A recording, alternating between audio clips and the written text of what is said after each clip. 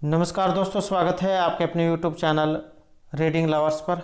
दोस्तों, आज की जो वीडियो में हम करेंगे आपका जो एस्टेट का जो एग्ज़ाम होने वाला है इसके लिए प्रैक्टिस सेट को। और यहाँ पर जो हम ये आपके जो पेडागोजी और इंग्लिश, हिंदी, मैथ, रीजनिंग, तो जितने भी यहाँ पर पोर्शन जो आपके एस्टेट के एग्ज़ाम में पूछे जाते हैं सभी को जो हम यहाँ पर करने वाले हैं। और सभी की सभी महत्वपूर्ण है क्योंकि इनमें से आपको एग्ज़ाम के में जो क्वेश्चन है वो ज़रूर दिखाई देंगे, क्योंकि यहाँ पर सभी के सभी जो क्वेश्चन है वो सिर्फ आपके एस्टेट का जो एग्ज़ाम है इसके लिए तैयार किए गए हैं। और एस्टेट के एग्ज़ाम में पहले भी इसी प्रकार के क्वेश्चन पूछे गए हैं और आगे जो आपका एग्ज़ाम होगा उसमें भी ऐसे ही क्वेश्चन आपको देखने को मिलेंगे। और अगर आपने हमारी इससे पहले वाली वीडियो नहीं देखी है तो इसे आप आई बटन पर क्लिक करके देख सकते हैं, या फिर हमारे चैनल की जो प्लेलिस्ट है वहाँ पर जाकर आप अब तक के जितने भी वीडियो को आप देख सकते हैं। और वीडियो शुरू करने से पहले अगर आपने अब तक हमारे चैनल को सब्सक्राइब नहीं किया तो सब्सक्राइब कर लीजिएगा और साथ में घंटे वाले कोने से दबाकर आप ऑल पे क्लिक जरूर कर लीजिएगा, जिससे आपको हमारे आने वाली जो वीडियो उसकी नोटिफिकेशन मिलती रहेगी। तो यहाँ पर हमारा जो पहला जो भाग है ये आपके पेडागोजी से है, बालिका से शिक्षा शास्त्र से। तो हमारा जो यहाँ पर पहला जो क्वेश्चन आया है, कक्षा 8 के छात्रों को अभिप्रेरणा प्रदान करने हेतु उत्तम जो उपाय है वो यहाँ पर इनमें से कौन सा है? नव आचारों का प्रयोग, अच्छा भाषण देना, अभिभावकों से शिकायत करना, या फिर ये सभी। और इसमें जो हमारे यहाँ पर सही आंसर तो ये है ऑप्शन ए वाला, नव आचारों का प्रयोग करना। तो कक्षा 8 के छात्रों को अभिप्रेरणा प्रदान करने हेतु जो उत्तम उपाय जो बताया गया है वो अभिप्रेरणा को बताया गया है। और ये जो अभिप्रेरणा जो यहाँ पर शब्द आए हैं इनके बारे में भी एग्जाम में आपको देखने को मिल सकता है, घटकों के बारे में। तो ये जो जॉन पी डिसेको जो है इन्होंने अभिप्रेरणा देने वाले 4 घटक बताए थे। तो इनके द्वारा 4 घटक बताए गए थे, कौन कौन से? उत्तेजना, आकांक्षा, प्रोत्साहन और दंड। तो इस प्रकार से जो है 4 इनके द्वारा बताए गए थे। नेक्स्ट क्वेश्चन आएगा, किसी विशिष्ट विषय पर छात्रों में विचार विनिमय किस विधि में होता है? तो यहाँ पर है ये आपस में विचार विमर्श करना, विचार विनिमय। तो ये किस विधि में होता है? वाद विवाद में, वर्कशॉप विधि में, विचार गोष्ठी में, या फिर डाल्टन विधि में। और ये जो रहेगा तो ये ऑप्शन रहेगा हमारा सी, ये जो विचार जो गोष्ठी विधि है इसमें जब छात्रों का समूह आपस में एक साथ बैठता है तो वो क्या है, आपस में जब बातचीत करेंगे तो उसमें जो भी कोई समस्या होगी उसको साथ मिलकर उसे हल करेंगे। तो विचार गोष्ठी जो है यहाँ पर इसमें सी आंसर रहेगा कि किसी विशिष्ट विषय पर अगर छात्रों में विचार विनिमय किया जाए तो ये जो विचार गोष्ठी जो विधि है इसके द्वारा होती है। या फिर आप एक तरीके से समझ सकते हैं जैसे अंताक्षरी जो है बच्चों को खिलाई जाती है, तो इसके द्वारा भी बच्चों का जो ज्ञान है वो बढ़ता है। नेक्स्ट है यहाँ पर अवधान। ये जो शब्द आया है अवधान वेरी वेरी इंपॉर्टेंट है और इसी के क्वेश्चन आपको एग्जाम में जरूर देखने को मिलेंगे। तो अवधान जो है विचार की किसी वस्तु को मस्तिष्क के सामने स्पष्ट रूप से उपस्थित करने की प्रक्रिया है। और ये जो कथन जो था इनमें से किन का था? डमिल, रॉस, वेलेंटाइन या स्किनर का। और ये माना गया है ऑप्शन बी में। तो ये जो मनोवैज्ञानिक है रॉस, इनका ये कथन था। अब जो यहाँ पर एक ये शब्द आया है अवधान, क्या होता है? अवधान है ध्यान। जैसे आप पढ़ रहे हैं और आपका बिल्कुल अगर ध्यान पुस्तक में है तो आप जो है आपके सामने या आपके आसपास क्या हो रहा है आप उसकी तरफ आपको उसका पता ही नहीं लगेगा कि वो क्या हो रहा है अगर आपका पुस्तक में ध्यान है। अगर आपका पुस्तक में ध्यान नहीं है तो जो पुस्तक में हो रहा है वो आपकी समझ में नहीं आएगा और आपका जो ध्यान है वो इधर उधर या भटका रहेगा। और यहाँ पर ये उदाहरणों के माध्यम से भी समझाया गया है। तो अवधान क्या है? ये चेतना व्यक्ति का स्वाभाविक गुण है और चेतना के ही कारण से उसे विभिन्न वस्तुओं का ज्ञान होता है। यदि वह कमरे में बैठा हुआ पुस्तक पढ़ रहा है तो उसे वहाँ की सब वस्तुओं की कुछ न कुछ चेतना अवश्य होती है, जैसे मेज, कुर्सी, अलमारी आदि। पर उसके चेतना का केंद्र वह पुस्तक है जिसे वह पढ़ रहा है। चेतना के किसी वस्तु पर इस प्रकार के केंद्रित होने को अवधान कहते हैं। दूसरे शब्दों में किसी वस्तु पर चेतना को केंद्रित करने की मानसिक प्रक्रिया को अवधान या फिर ध्यान कहते हैं। और अवधान के कुछ पहलू भी बताए गए हैं। तो इसके 3 पहलू बताए गए हैं: जानना, अनुभव करना और इच्छा करना। नेक्स्ट क्वेश्चन रहेगा, अधिगम, प्रयास एवं भूल का सिद्धांत। इसके जो प्रतिपादक जो है ये प्रतिपादक करता इनमें से कौन थे? थॉर्नडाइक, पावलोव, किलपैट्रिक या फिर C.L. हल। और इसमें जो हमारा सी आंसर है ये ऑप्शन रहेगा ए। तो ये जो थॉर्नडाइक जो है इनका है प्रयास एवं भूल। अगर आप कोई नया काम करते हैं जो आपने पहले कभी नहीं किया है तो उसमें शुरू में आपकी गलतियां जरूर होंगी, लेकिन जैसे जैसे उसके लिए आप अभ्यास करेंगे तो आपकी गलतियों की जो संख्या है वो भी 0 हो जाएगी, मतलब 1 भी नहीं होगी। नेक्स्ट है, यहाँ पर प्रेरणा होती है सकारात्मक, नकारात्मक, ये दोनों या इनमें से कोई सी भी नहीं। तो यहाँ पर जो प्रेरणा जो मानी गई है इसमें रहेगा ऑप्शन सी हमारा। प्रेरणा है वो सकारात्मक भी हो सकती है और नकारात्मक भी हो सकती है। जैसे किसी को कोई बात समझाई गई, हो सकता है वो उस पर अपना विचार रखे, अपना ध्यान दे या उस पर अमल करे, या हो सकता है वो उस पर अमल न करे। अब यहाँ पर एक शब्द आया है ये प्रेरणा। प्रेरणा क्या होती है?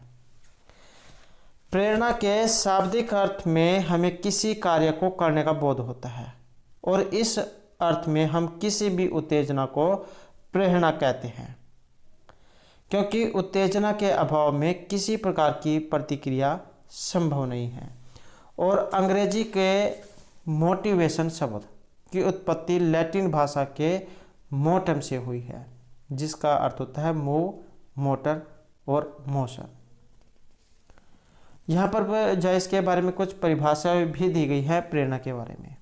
जैसे मनोवैज्ञानिक है गुण, प्रेरणा कार्य को आरंभ करने, जारी रखने और नियमित करने की प्रक्रिया है।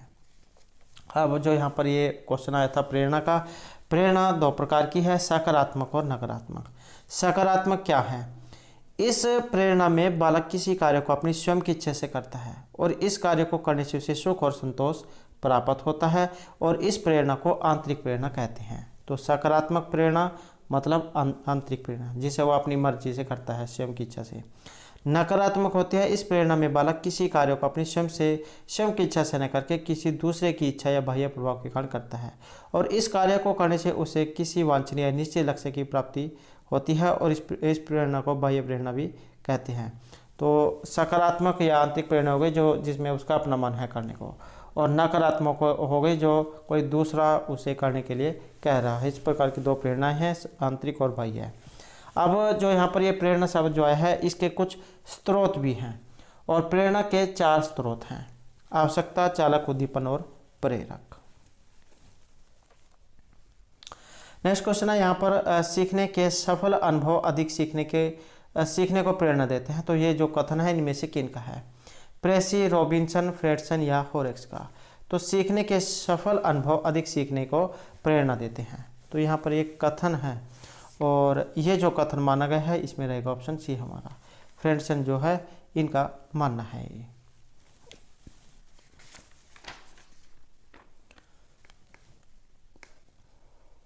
अगला क्वेश्चन है यहाँ पर, मैस्लो के अनुसार मूल आवश्यकताएं कितने प्रकार की होती हैं?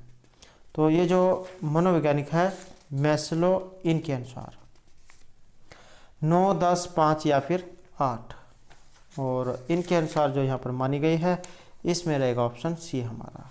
तो मैस्लो जो है इनके अनुसार 5 जो मूल आवश्यकताएं हैं ये मानी गई हैं।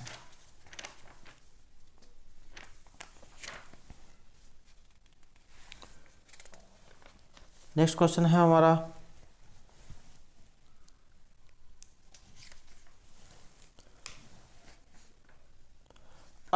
को केंद्रित करने की आंतरिक दशा यहाँ पर एक नहीं है।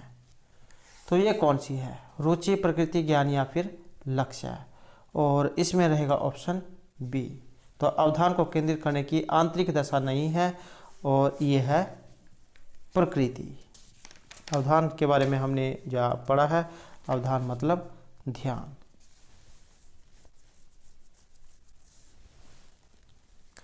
नेक्स्ट है यहाँ पर निम्न में एक प्रेरणा का स्रोत नहीं है। तो यहाँ पर प्रेरणा का एक स्रोत इनमें नहीं है। चालक, प्रेरक, उद्दीपन या फिर ये सभी। और इसमें है हमारा ऑप्शन डी। तो इनमें प्रेरणा का एक स्रोत कौन सा नहीं है? चालक, उद्दीपन, प्रेरक। तो ये सभी जो यहाँ पर इसमें नहीं है। तो सही यहाँ पर ये सही है, ये नहीं यहाँ पर सही है। तो निम्न में प्रेरणा के स्रोत हैं। तो ये सभी हैं, चालक, उद्दीपन और प्रेरक।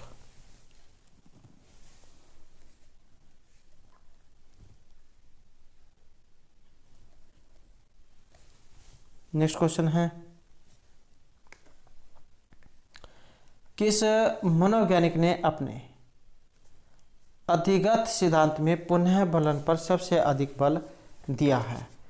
तो ये मनोवैज्ञानिक कौन से हैं जिन्होंने अधिगत सिद्धांत में पुनः बलन पर सबसे पहले बल दिया था? लेविन, स्किनर, हल या कोहलर?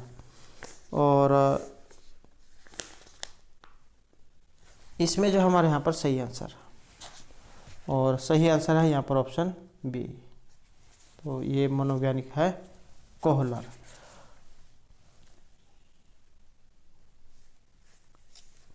और ये जो यहाँ पर मनोवैज्ञानिक हैं, इनके द्वारा जो सिद्धांत दिए गए हैं वो एग्जाम में पूछे जाते हैं।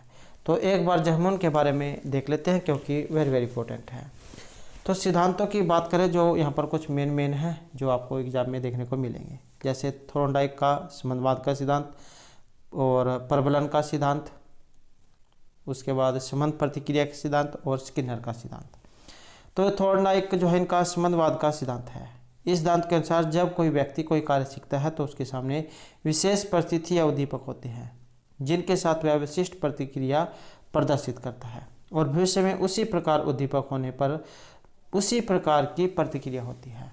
तो इस प्रकार उद्दीपक प्रतिक्रिया में एक संबंध उत्पन्न होता है, और इस सिद्धांत में प्रयास एवं त्रुटि को विशेष महत्व दिया जाता है। दूसरा जो है इसे कहा गया है प्रबलन सिद्धांत।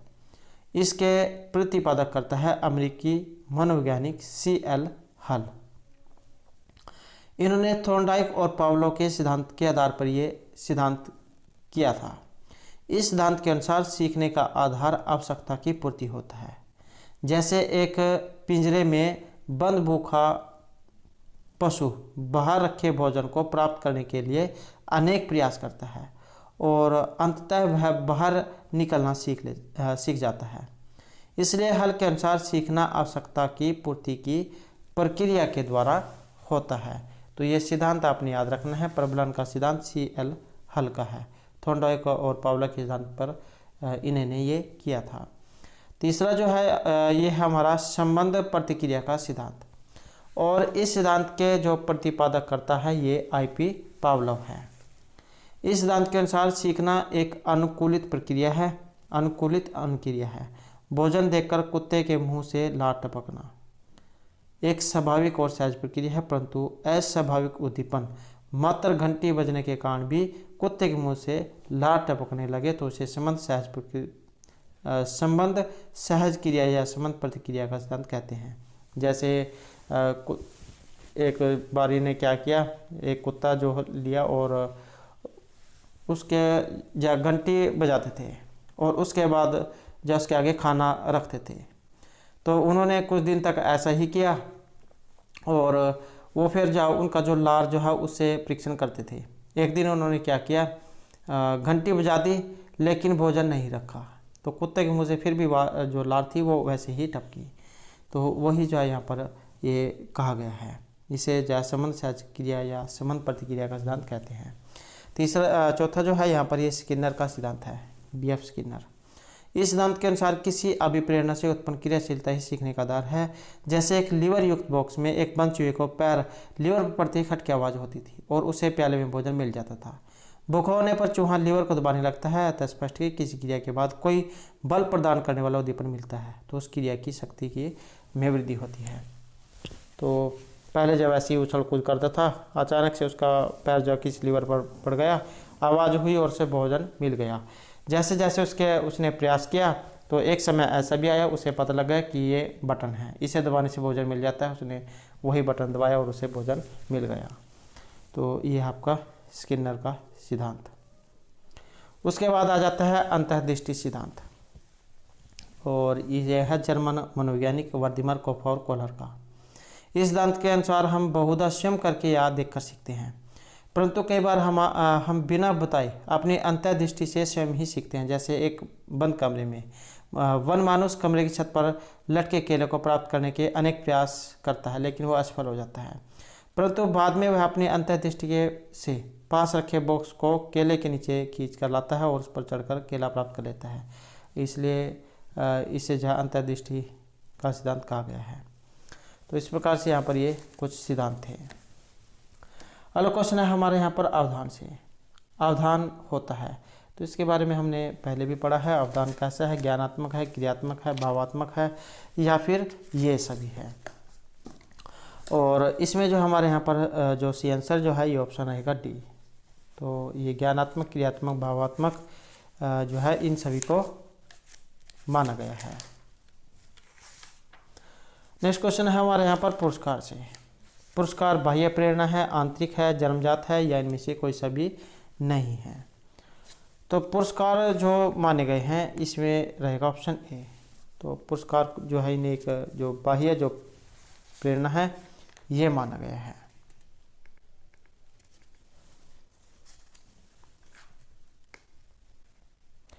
नेक्स्ट क्वेश्चन है हमारे यहाँ पर गेस्टवादियों ने अधिगम का कौन सा सिद्धांत दिया था? साहचर्य का सिद्धांत, अंतर्दृष्टि का सिद्धांत, क्षेत्र सिद्धांत या फिर प्रयास एवं भूल का सिद्धांत। तो इसमें हमारा रहेगा ये ऑप्शन बी वाला। अंतर्दृष्टि सूझ का जो सिद्धांत है ये दिया गया था गैस्टोलट वादियों के द्वारा। और ये जो गैस्टोलट वादी जो इसमें आपके ये वर्दिमर कोफ और कोहलर ये आ जाते हैं। नेक्स्ट क्वेश्चन है हमारा यहाँ पर नियमन के अभाव में प्रेरणा की प्रक्रिया प्रारंभ नहीं हो सकती। तो किसके अभाव में प्रेरणा की प्रक्रिया प्रारंभ नहीं हो सकती? प्रोत्साहन, आवश्यकता, प्रणोदन या फिर दंड। और इसमें है ऑप्शन बी ये। तो आवश्यकता, प्रेरणा की प्रक्रिया प्रारंभ नहीं हो सकती आवश्यकता के कारण। अगला क्वेश्चन है शुद्ध संवेदना मनोविज्ञान कल्पना है, ये कथन है। और इनमें से किन का है? वार्ड, जेलोए, जेम्स या डम्बिल का। और ये रहेगा ऑप्शन ए में, बार जो है इनका है। अगला क्वेश्चन है सीखने की उपयुक्त प्रक्रिया है सरल से कठिन, कठिन से सरल, सरल या फिर कठिन। तो सीखने की जो उपयुक्त प्रक्रिया मानी गई है और इसमें है ये ऑप्शन ए, सरल से कठिन। अगला क्वेश्चन है गैस्टोलटवादियों के अनुसार अंतर्दृष्टि को प्रभावित करती है बुद्धि, समस्या की रचना, प्रत्यक्षीकरण या फिर ये सभी। और इसमें रहेगा ऑप्शन डी, ये सभी। नेक्स्ट क्वेश्चन है कोहलर ने अपना अधिगम सिद्धांत प्रतिपादित करने के लिए प्रयोग किया था। या फिर आप इस प्रकार से समझ सकते हैं कि कोहलर ने किन के ऊपर अपना प्रयोग किया था? अल्बर्ट नामक एक बंदर पर, अल्बर्ट नामक एक चिंपैंजी पर, सुल्तान नामक एक बंदर पर या सुल्तान नामक चिंपैंजी पर। तो इन्होंने अपना जो ये प्रयोग जो किया था ये सुल्तान नाम का एक चिंपैंजी था जिसके ऊपर ये प्रयोग किया था। और ये प्रयोग इसलिए किया था क्योंकि ये बंदर जो होते हैं उनमें जो लगभग मनुष्य जो होते हैं उनसे मिलती जुलती बुद्धि होती है। तो इसी कारण से एक बंदर जो है ये चिंपैंजी इसके ऊपर प्रयोग किया था। नेक्स्ट क्वेश्चन आएगा जो बात पहले सीखी जा चुकी है उसे स्मरण रखना ही स्मृति है। तो ये यहाँ पर कथन है और ये जो कथन है यहाँ पर ये इनमें से किन का है? और वुडवर्थ, रायबर्न, क्रोवेक्रो या फिर रोज का। और ये जो कथन है ये ऑप्शन ए रहेगा, वुडवर्थ जो है इनका है ये कथन। नेक्स्ट क्वेश्चन है हमारा यहाँ पर 6 वन मानुषों व केले का प्रयोग किया गया था, कोहलर, स्किनर, गुड या डेविस ने। तो ये वन मानुष और केले का प्रयोग किया गया था, और ये जो कोहलर जो है इनके द्वारा वन मानुष और केले का प्रयोग। नेक्स्ट क्वेश्चन है यहाँ पर मैस्लो के अनुसार व्यक्ति में जो प्रेरक है ये कितने होते हैं, 20, 18, 15 या फिर 10। और इनके अनुसार जो माने गए हैं ये ऑप्शन बी रहेगा। तो 18 जो है यहाँ पर इनके अनुसार ये माने गए हैं। नेक्स्ट हमारे यहाँ पर क्वेश्चन है सीखना विकास की प्रक्रिया है, ये जो कथन है इनमें से किन का है, वुडवर्थ का, स्किनर का, क्रो एवं क्रो का या फिर कॉर्नब्रेक का। ये कथन वाला एक क्वेश्चन आपको एग्जाम में देखने को जरूर मिल सकता है। तो सीखना विकास की प्रक्रिया है, और ये जो मानने वाले थे ये थे वुडवर्थ। नेक्स्ट क्वेश्चन है बालकों के प्रयास की इच्छा जीवित रखिए, इस प्रकार का एक कथन था, और ये कथन इनमें से किन का है, भाटिया, जेम्स, क्रो या फिर डमिल का। तो बालकों के प्रयास की इच्छा जीवित रखिए, और ये मानने वाले थे जेम्स। नेक्स्ट क्वेश्चन है हमारा यहाँ पर वेरी इंपॉर्टेंट क्वेश्चन है, एग्जाम में ये जरूर आएगा, तो पूछ लिया कुछ भी जा सकता है। थॉर्नडाइक का यहाँ पर एक मुख्य नियम नहीं है।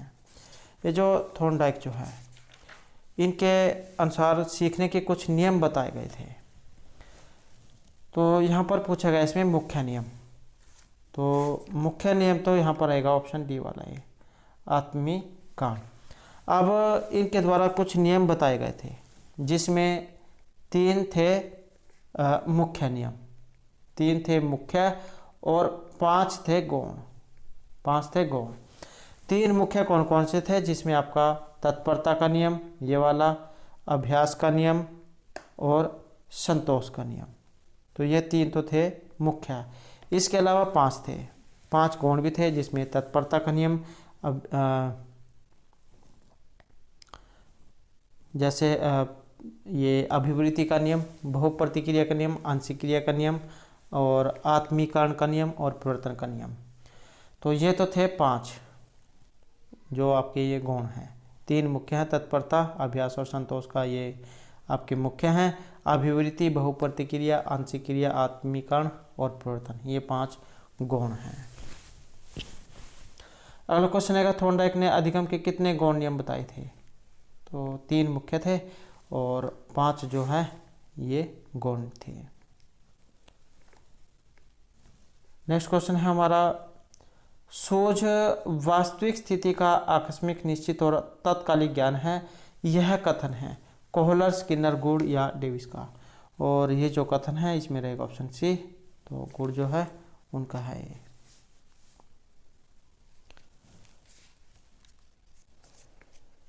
अगला क्वेश्चन है यहाँ पर ये जो वुडवर्थ जो इनके अनुसार स्मृति के अंग होते हैं, तो ये अंग इनके अनुसार कितने हैं स्मृति के अंग, 5, 4, 3 या फिर 8। और इनके अनुसार जो बताए गए हैं तो ये ऑप्शन बी रहेगा।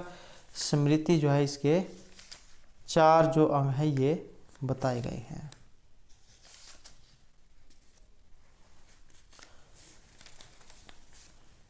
और स्मृति क्या होती है?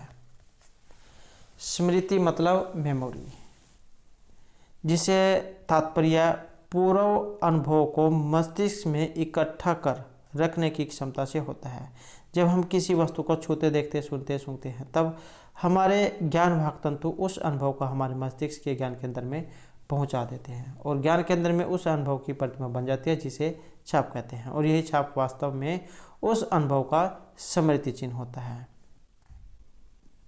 और यही अनुभव कुछ समय तक हमारे चेतन मन में रहने के बाद अचेतन मन में चले जाते हैं और हम उसको फिर भूल जाते हैं।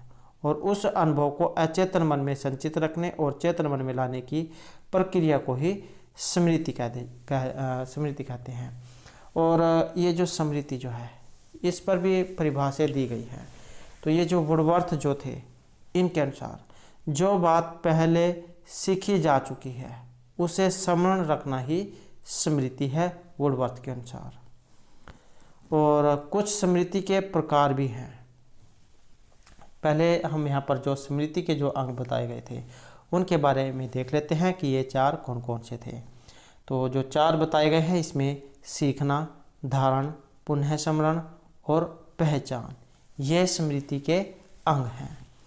और स्मृति के प्रकार भी हैं, जिसमें व्यक्तिगत स्मृति, अव्यक्तिगत स्मृति, सक्रिय स्मृति, निष्क्रिय स्मृति, तात्कालिक, स्थायी, इंद्रिय, शारीरिक, आदत और यांत्रिक स्मृति। तो ये स्मृति के प्रकार हैं। अब स्मृति के नियम भी हैं। स्मृति के 3 नियम बताए गए हैं, जिसमें आदत का नियम, परस्पर संबंध का नियम और निरंतरता का नियम। स्मरण करने की कुछ विधियां भी बताई गई हैं, जिसमें पूर्ण विधि, खंड विधि, मिश्रित विधि, अंतर्युक्त विधि, अंतरहीन विधि और सक्रिय विधि। तो ये कुछ विधियां भी हैं याद करने की। पूर्ण विधि क्या होती है? पूर्ण विधि है जैसे आप कोई पाठ पढ़ा रहे हैं, एक बार में जब उसे पूरा करा दिया जाए तो वो होती है पूर्ण विधि, मतलब एक बार में पूरे लेसन को पढ़ा देना। एक होती है खंड विधि, जिसमें उसे 2 या 3 भाग जो है उसमें बांटकर पढ़ाया जाता है, थोड़े थोड़े उसमें 2 खंडों में बांटकर। एक होती है मिश्रित विधि। इस विधि में पूर्ण और खंड विधियों का साथ साथ प्रयोग किया जाता है। इसमें पहले पूरे पाठ को आरंभ से अंत तक पढ़ा दिया जाता है और फिर उसे खंडों में बांटकर उसको याद किया जाता है और अंत में पाठ को आरंभ से अंत तक फिर पढ़ा जाता है। यही विधि कुछ सीमा तक पूर्ण और खंड विधियों से अच्छी है। उसके बाद जो अंतरयुक्त विधि है, इस विधि में पाठ को थोड़े थोड़े अंतरीय समय के बाद याद किया जाता है। यह अंतर 1 मिनट का भी हो सकता है, 24 घंटे का भी। यह विधि स्थायी स्मृति के लिए अति उत्तम है। जैसे आप लेसन कराते हैं, उसमें एक पहरा जो आपने आज याद करा दिया, बच्चे उसको याद करके आएंगे और उसे सुन लेंगे, अगले दिन फिर उस जो है नया पहरा उन्हें याद करने के लिए दिया जाएगा। तो यह है स्थायी स्मृति के लिए। और एक होता है अंतरहीन विधि। इस विधि में पाठ को स्मरण करने के लिए समय में अंतर नहीं किया जाता। यह विधि अंतरयुक्त विधि की उल्टी है और उससे अधिक प्रभावशाली है। एक होती है सक्रिय विधि। इस विधि में स्मरण किए जाने वाले पाठ को बोल बोल कर याद किया जाता है और यह विधि छोटे बच्चों के लिए अच्छी है, क्योंकि इससे उनका उच्चारण ठीक हो जाता है। सक्रिय विधि का मतलब है जैसे कक्षा में बच्चे जहाँ उन्हें एक बच्चे को खड़ा कर दिया जाए और उसे बोला जाए कि चलो तुम जाए इस लेसन को पढ़ो, और बच्चे फिर तुम्हारा अनुकरण करेंगे या वो सभी बोल बोल कर पढ़ेंगे। तो जैसे पहले समय में जो गणित जो होती थे, इसमें जो टेबल जो याद करने के लिए दिए जाते थे, जिन्हें पहाड़े जा कहते थे, तो उसे जा बोल बोल कर याद किया जाता था। तो ये फिर सक्रिय विधि जो है इसका उदाहरण है। तो इस प्रकार से यहाँ पर ये स्मृति के 4 अंग बताए गए हैं, सीखना, धारण, पुनः स्मरण और पहचान। अगला क्वेश्चन आ जाता है यहाँ पर प्रबलन सिद्धांत से। प्रबलन जो सिद्धांत है इसका प्रतिपादन करता इनमें से कौन है? स्किनर, थॉर्नडाइक, पावलोव या फिर CL हल। और इसके हैं ये ऑप्शन डी वाले, CL हल। अगला क्वेश्चन है छात्रों को अभिप्रेरणा प्रदान करने के लिए अपनाएंगे। तो अभिप्रेरणा प्रदान करने के लिए आप इनमें से क्या अपनाएंगे? पुरस्कार एवं दंड को, नवाचार, प्रतिस्पर्धात्मक शिक्षण को या इन सभी को। और इसमें रहेगा हमारा ऑप्शन ए वाला है, पुरस्कार और दंड। नेक्स्ट क्वेश्चन है यहाँ पर मंदबुद्धि बालकों के लिए उपयोगी सिद्धांत। थॉर्नडाइक, प्रबलन, अंतर्दृष्टि या क्रिया प्रचोद सिद्धांत। और इसमें रहेगा ये ऑप्शन ए वाला। तो मंदबुद्धि बालकों के लिए उपयोगी है ये थॉर्नडाइक का सिद्धांत। अगला क्वेश्चन है विद्यार्थी को प्रेरित करने की विधि। प्रतिस्पर्धा, आत्मगौरव, दंड या फिर ये सभी। तो विद्यार्थी को प्रेरित करने की जो विधि है और ये है प्रतिस्पर्धा, दंड और आत्मगौरव। अलग नेक्स्ट क्वेश्चन है यहाँ पर थ्योरीज ऑफ लर्निंग नामक पुस्तक है, इसके जो रचयिता है इनमें से कौन है? स्किनर, थॉर्नडाइक, हिलगार्ड या फ्रेंडसन। और ये है हिलगार्ड। नेक्स्ट हमारे यहाँ पर क्वेश्चन है निम्न में से अंतःदृष्टि सिद्धांत से संबंधित नहीं है। तो अंतःदृष्टि जो सिद्धांत है इससे संबंधित यहाँ पर नहीं है। वर्दीमार, थॉर्नडाइक, कोफा या कोहलर। और इसमें है ऑप्शन बी वाला। तो ये जो थॉर्नडाइक है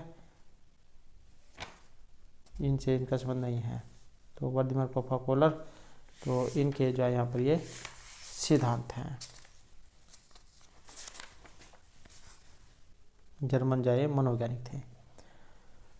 नेक्स्ट क्वेश्चन आएगा थॉर्नडाइक के अधिगम के यहाँ पर ये मुख्य नियम, प्रभाव तत्परता अभ्यास। तो ये मुख्य नियम जो है ये 3 बताए गए थे, तो जिसमें ऑप्शन डी जो हमारा यहाँ पर रहेगा।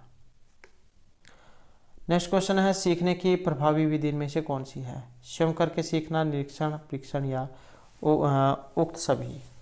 तो सीखने की जो प्रभावी विधियां हैं ये सभी हैं, स्वयं करके सीखना और निरीक्षण और परीक्षण, इनके द्वारा सीखना जो है यहाँ पर सीखने की ये प्रभावशाली विधियां हैं। तो इनके अलावा कुछ और विधियां भी यहाँ पर बताई गई हैं, जिसमें करके सीखना हो गया, निरीक्षण करके सीखना हो गया, परीक्षण करके सीखना हो गया, सामूहिक विधियों के द्वारा सीखना और मिश्रित विधि के द्वारा सीखना, सीखने की स्थिति का संगठन। और कुछ मुख्य सामूहिक विधियां भी हैं, जिसमें वाद विवाद विधि, वर्कशॉप विधि, सम्मेलन व विचार गोष्ठी विधि, प्रोजेक्ट, डॉक्टर में बेसिक विधियां।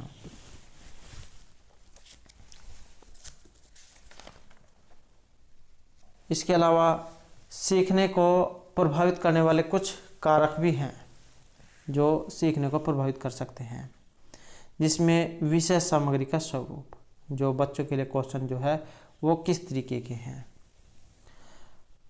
बालकों का शारीरिक और मानसिक स्वास्थ्य है, सीखने की इच्छा, प्रेरणा, परिपक्वता, सीखने का उचित वातावरण, अध्यापक व सीखने की प्रक्रिया, सीखने की विधि। तो ये इन सभी का जो प्रभाव है ये सीखने पर पड़ता है। तो ये सीखने को प्रभावित करने वाले कारक या फिर दशाएं हैं। अगला क्वेश्चन है चिन्हों के द्वारा सीखना सिद्धांत के प्रतिपादक है।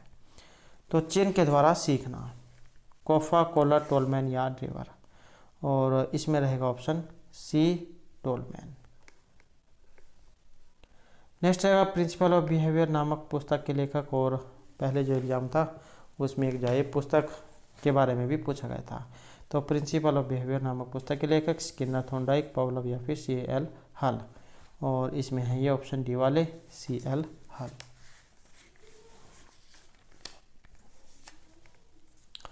नेक्स्ट क्वेश्चन हमारे यहाँ पर अभिप्रेरणा से, अभिप्रेरणा उद्दीप्त करती है आदतों को, चिंतन को, क्रियाशीलता को या फिर इन सभी को, और इसमें है ऑप्शन सी। अभिप्रेरणा क्या उद्दीप्त करती है? तो ये क्रियाशीलता जो है इसे।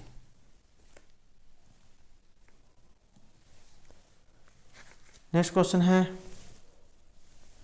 सीखना व्यवहार के परिणाम स्वरूप, व्यवहार में कोई परिवर्तन है, ये कथन है और ये परिभाषा जो है किन की है? सीखना व्यवहार के परिणाम स्वरूप व्यवहार में कोई परिवर्तन है, वुडवर्थ, स्किनर, मॉर्गन या गिलफोर्ड का, और इसमें है ये ऑप्शन डी, J.P. गिलफोर्ड का। नेक्स्ट हमारे यहाँ पर क्वेश्चन है प्रेरणा शब्द का मनोवैज्ञानिक अर्थ है उत्तेजना, आंतरिक उत्तेजना, सजीव प्रयास या प्रतिक्रिया। तो प्रेरणा शब्द का मनोवैज्ञानिक जो अर्थ है, और ये है ऑप्शन बी में आंतरिक उत्तेजना। तो ये तो जो हमारे यहाँ पर आपके जो बाल विकास एवं शिक्षा शास्त्र जो से संबंधित महत्वपूर्ण क्वेश्चन थे। अब जो हम यहाँ पर जो हमारा ये जो हिंदी वाला जो भाग है वो आ चुका है, और इस वीडियो में जो अब हम यहाँ पर आपके हिंदी के जो क्वेश्चन हैं उनको करेंगे। तो यहाँ पर हमारा जो पहला जो क्वेश्चन आया है ये है आपके लोकोक्ति से। लोक उक्ति, जब हम इसको अलग करते हैं, संधि अगर हम यहाँ पर करें तो लोक उक्ति, लोक मतलब लोग, लोगों के द्वारा जो बातें कही जाती हैं उसे ही कहा जाता है लोकोक्ति, लोक उक्तियाँ।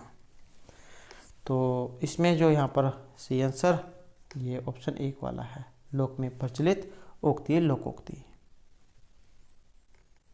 लोकोक्तियाँ जो हैं ये वाक्यांश न होकर स्वतंत्र वाक्य होके हैं। ये जो लोकोक्ति जो है ये वाक्यांश ना होकर स्वतंत्र वाक्य होते हैं।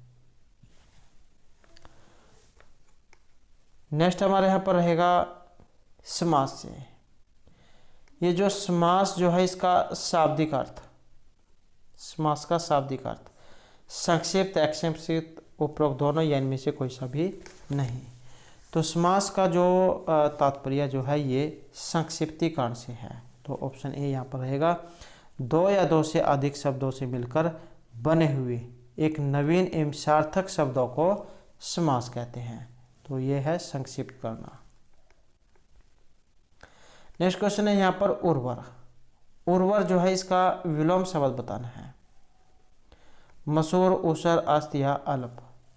तो उर्वर का जो विलोम शब्द है ये रहेगा ऑप्शन बी वाला। तो ऊसर जो है इसे कहा जाता है। नेक्स्ट क्वेश्चन है यहाँ पर अनेकार्थी से। अनेकार्थी शब्द है। मुख के गलत विकल्प का यहाँ पर चयन आपने करना है। तो मुख का गलत कौन सा है? गूंगा, वाचाल, चुप या फिर विवश। और मुख होता है जो बोलता नहीं है। तो इसका जो उल्टा होगा वो बहुत ज़्यादा बोलने वाला है, ये वाचाल।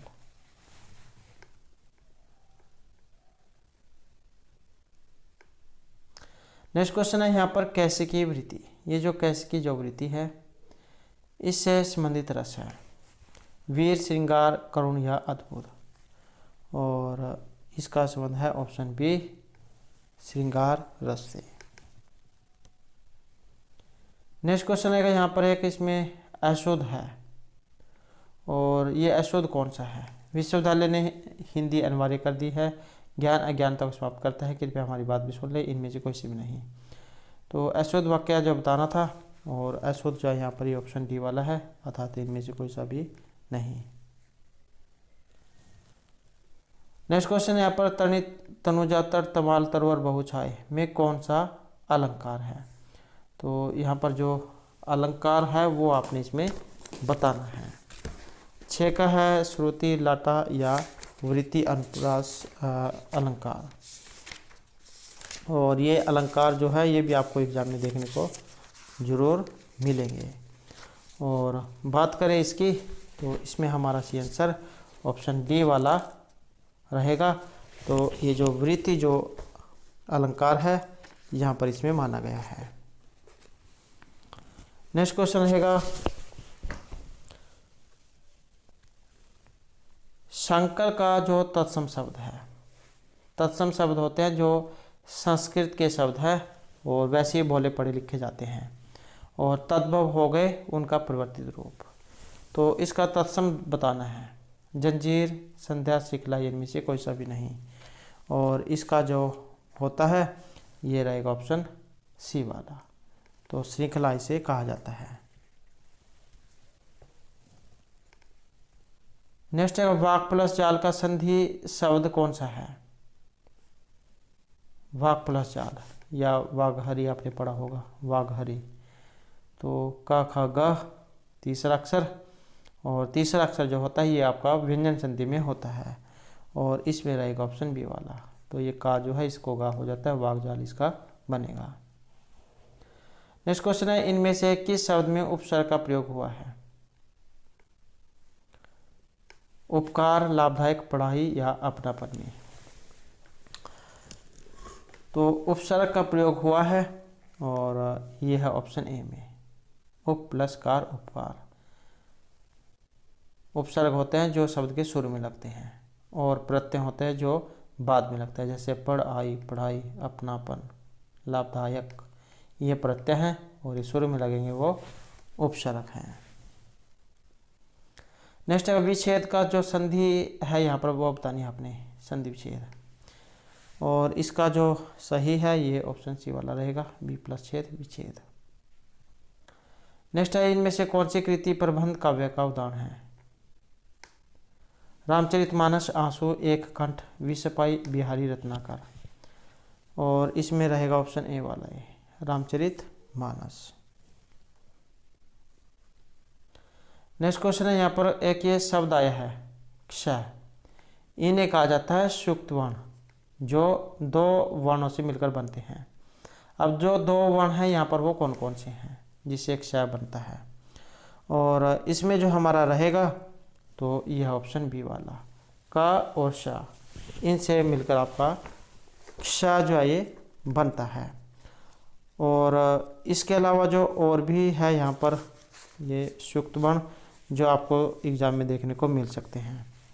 तो और कितने होते हैं, तो इनकी संख्या 4 होती है।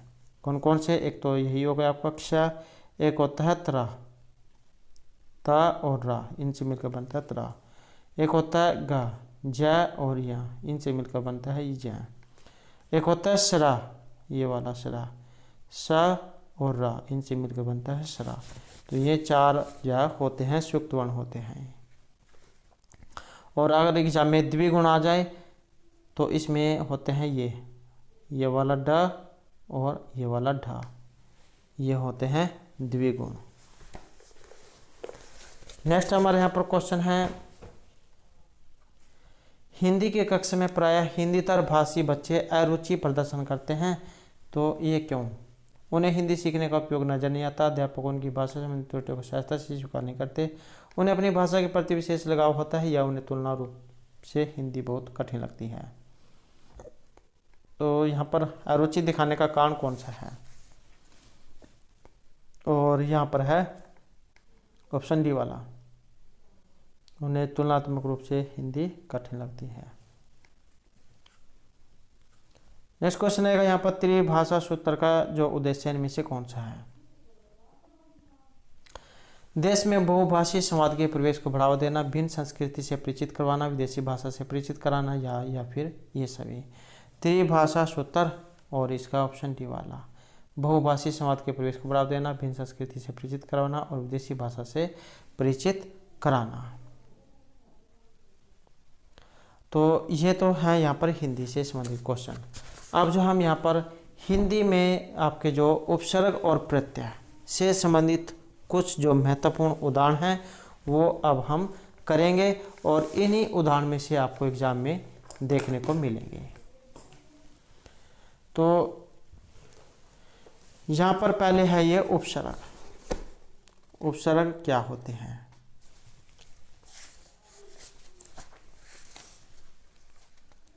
उपसर्ग होते हैं जो ये शब्द के शुरू में लगते हैं, तो उन्हें कहा जाता है उपसर्ग। किसी शब्द के पूर्व जोड़े जाने वाले वह शब्दांश जो मूल शब्द के अर्थ को बदल देते हैं, उन्हें कहते हैं उपसर्ग। जैसे यहाँ पर ये दिए गए हैं अतिरिक्त, इसमें उपसर्ग कौन सा है? जैसे अतिरिक्त है, इसमें क्या है? अति। अत्यंत में अति, अत्याचार में अति, अधि प्लस अक्ष अध्यक्ष, अध्यात्म में अधि, अधिभार में अधि, अनु, अनुज में क्या है? अनु है। और इसी प्रकार से जो यहाँ पर ये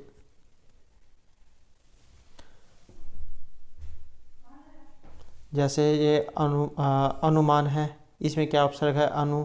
अनुग्रह में अनु है। अन्वय में क्या है? अनु। अपराध में अप, अपशकुन में अप, अपमान में अप, अपकर्ष में अप है। अभिमुख में अभि है। अभ्यागत में अभि, अभ्यास में अभिप्रत्यय है, उपसर्ग है। अभिनय में क्या है? अभि उपसर्ग है। और उसके बाद अभिलाषा में अभि, और अवगुण में अव, अवसान में भी अव है। आजन्म आ है। आहर में आ, उन्ति में उत है। ये इसी प्रकार के आपको एग्जाम में देखने को मिलेंगे, क्योंकि बहुत बार जो यहाँ से स्टेट के एग्जाम में क्वेश्चन आ चुके हैं। उल्लेख में उपसर्ग कौन सा है? तो इसमें उत है। उद्घाटन में कौन सा है? उत है। उच्चारण में उत, उत्पन्न में उत है। और उसके बाद है यहाँ पर उपनाम, इसमें उप है। उपभोग में उप है। उपहार में उप है। दुर्बल में दुर है। दुर्गुण में दुर, दुष्कर्म में दुष, दुष्प्राप्य में दोष। निबंध में नि उपसर्ग है। और उसके बाद है आपके ये निग्रह में नि, निरोध में नि, नियुक्त में नि, निर्मम महत्वपूर्ण है। निर्मम, इसमें निर, निरोग में निर, और निर्वाह में भी निर है उपसर्ग। उसके बाद आ जाता है आपका निर्दय, इसमें क्या है निर है। निष्कपट में निश है। निश्चल, इसमें निश उपसर्ग है। निष्कलंक में भी निश है। पराभू में परा, पराजय में परा, परिजन में परि, परिणय में परि। और उसके बाद परिणाम में परि है। प्रकोप में प्र, प्रसार में भी प्र है। प्रहार में भी प्र, प्रजनन में भी प्र उपसर्ग है। प्रत्येक में प्रति उपसर्ग है। उसके बाद आ जाते हैं यहाँ पर, जैसे प्रत्यक्ष है तो इसमें प्रति है। प्रतिकार में प्रति है। विज्ञान में भी, विदेश में भी, विशेष में भी। संयम, इसमें ये वाला है सम उपसर्ग है इसमें। संन्यास में सम उपसर्ग है। संकल्प में भी सम उपसर्ग है। और उसके बाद सुलभ, सुयोग, सुशिक्षित, इनमें सभी में क्या है ये सु है। उसके बाद आ जाता है सतजन, सज्जन, इसमें जो उपसर्ग है ये सत है। सतपात्र में भी सत है। खुशबू में खुश, और पुरातत्व में पूरा, भरसक में भर। उसके बाद है यहाँ पर ये सरताज, इसमें क्या है सर है। लाजवाब में ला, अनमोल में अन, परलोक में पर, वाइस चांसलर में वाइस, डिप्टी में डिप्टी, निकम्मा में नी उपसर्ग है। दुस्तर में दुस उपसर्ग है। उसके बाद आ जाते हैं यहाँ पर अनजान में अन, दुराचार में दुर, निग्रह में नी, 59 में उन, बदबू में बद उपसर्ग है। और उसके बाद आ जाता है यहाँ पर ये सब इंस्पेक्टर में सब, चीफ मिनिस्टर में चीफ, दुबला में दो, कपूत में क, कुमार्ग में को, अवगण में औ, कुमार्ग में को, और फिलहाल में फिल, लाइलाज में ला, हम सफ़र में हम, बेइज्जत में बे, बाइज्जत में बा, बदनाम में बद, कमज़ोर में कम, अलविदा में अल उपसर्ग है। और बद स्तूर में ब, बदौलत में ब, नादान में ना, नाराज में ना, खुश दिल में खुश, अत्यधिक में अति, अध्यक्ष में अधि उपसर्ग है। और ये तो जाए यहाँ पर थे आपके उपसर्ग। अब हम यहाँ पर जो आपके प्रत्यय जो हैं उनको करेंगे। अब प्रत्यय क्या होते हैं? प्रत्यय वह शब्दांश है जो शब्द के अंत में जोड़कर उसके व्याकरणिक रूप या अर्थ में परिवर्तन कर देते हैं। और ये दो प्रकार के होते हैं, कृदंत और तदित। कृदंत क्या होते हैं? जो धातुओं में जोड़े जाते हैं, उन्हें कहा जाता है कृदंत। एक होते हैं तदित, जो संज्ञा, सर्वनाम और विशेषण में जोड़े जाते हैं, उन्हें कहा जाता है तदित। तो कृत होंगे धातुओं में जोड़े जाएंगे और तदित होंगे संज्ञा, सर्वनाम और विशेषण में जोड़े जाएंगे।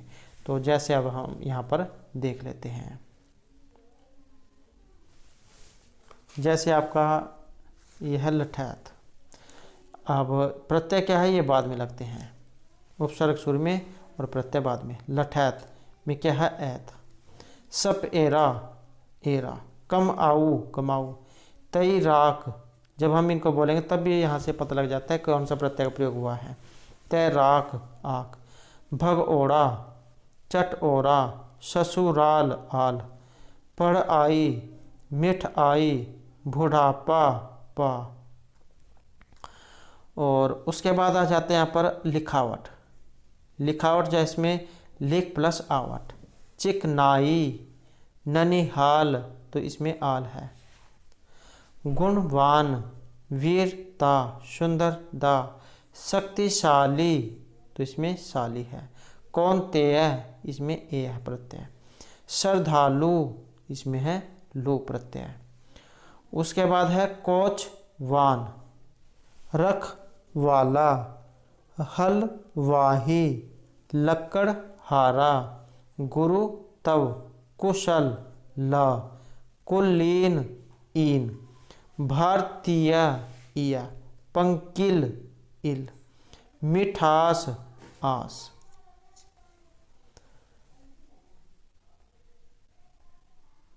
उसके बाद है यहाँ पर सराटा, सर आटा, सराटा। शौकीन ईन, पेशकार, जाल साज, रंग बाज, मददगार। इंसानियत, इंसानियत, इंसानियत। खट आक, खटाक। तैर आक, तैराक। और फरमाइश, फरमाइश, आलमगीर, हराम खोर, जादूगर, घूम अक्कड़, घुमक्कड़, कम्युनिज्म, कम्युनिज्म, सोशलिस्ट, सोशलिस्ट, श्रीमान, मधुर ईमा, मधुरिमा, आदर अनियर, इसमें है आदरणीय में अनियर प्रत्यय है, अनिय आदरणीय, गरिमा, गरिमा, पूजनीय, पूजनीय, इसमें भी अनियर प्रत्यय है, ये वाला अनियर, पूजनीय, हर्षित, इत, हर्ष इत, हर्षित, पूज आ, पूजा, कथ आ, कथा, पाचक, पाचक में कौन सा है, अक, पाचक, हिंसक, अक, अलंकारिक, इक, ऐतिहासिक, इक, दर्शनीय, अनियर, दृश्य धातु है, अनियर प्रत्यय दर्शनीय। उसके बाद रहेगा सांसारिक, इसमें कौन सा है, इक, सांसारिक में इक, पठनीय, इसमें भी अनियर, पठनीय, पठ धातु अनियर, पठनीय, रमणीय, यहाँ पर भी अनियर प्रत्यय, सुता, आ, देय, धा धातु यत प्रत्यय, यत, देय, कथ्य, दूधार, आर, कठ अवता, कठोता, चालक, अक, लिख आई, लिखाई, कम आई, कमाई, बसेरा, एरा, गवैया, गवैया, सुंदरी, कौशल, श्रेष्ठतम, दयालु, लू, श्रद्धालु, प्यासा,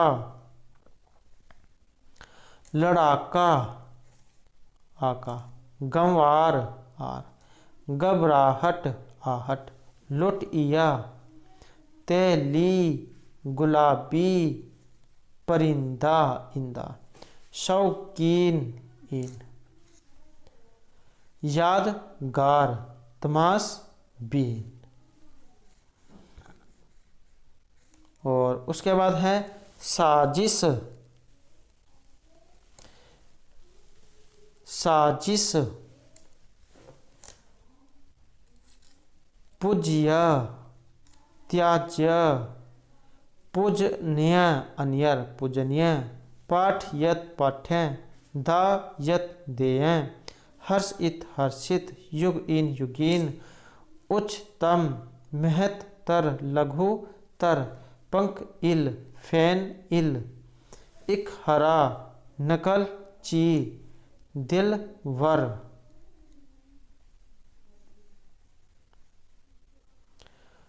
उसके बाद है यहाँ पर नामवर, जहांगीर, आलमगीर, बबुआ, उआ, सलाहकार, जानकार, लघु तव, अंधड़, क्या है इसमें, अड़, अंध, अड़, अंधड़। तो दोस्तों ये थे हमारे यहाँ पर हिंदी से संबंधित महत्वपूर्ण question. Now we come to English language. Which of the following gives the correct meaning of the given idiom, phrase? A good Samaritan. Samaritan means जो धार्मिक रिलीजियस होता है। ऑप्शंस है an honest politician, a good priest, a clever person, a genuinely helpful person. यहाँ पर हमें idiom phrase बताना है कि जो एक गुड समर्शियन क्या होता है, वो होता है जो हेल्पफुल पर्सन होता है, जो जेन्युइनली, सामान्य तौर पर। तो ये डी ऑप्शन में गिवन है, डी इज राइट। नेक्स्ट है choose the correct meaning of the proverb idiom blows his own trumpet.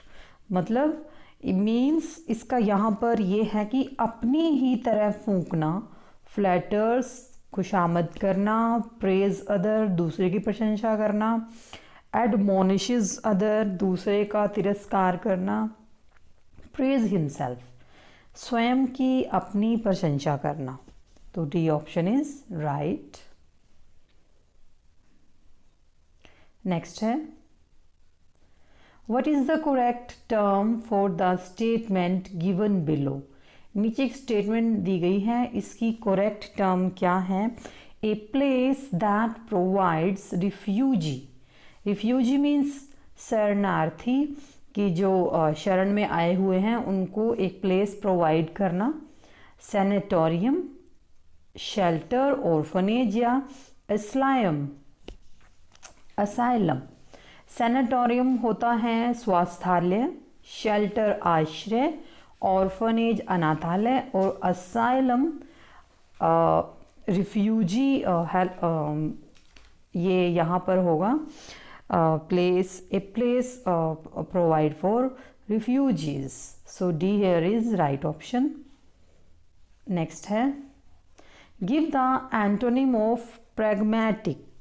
Pragmatic का मीन्स हो सकता है या प्रैग्मेटिक का मीन यहाँ पर है डीट या व्यवहारिक।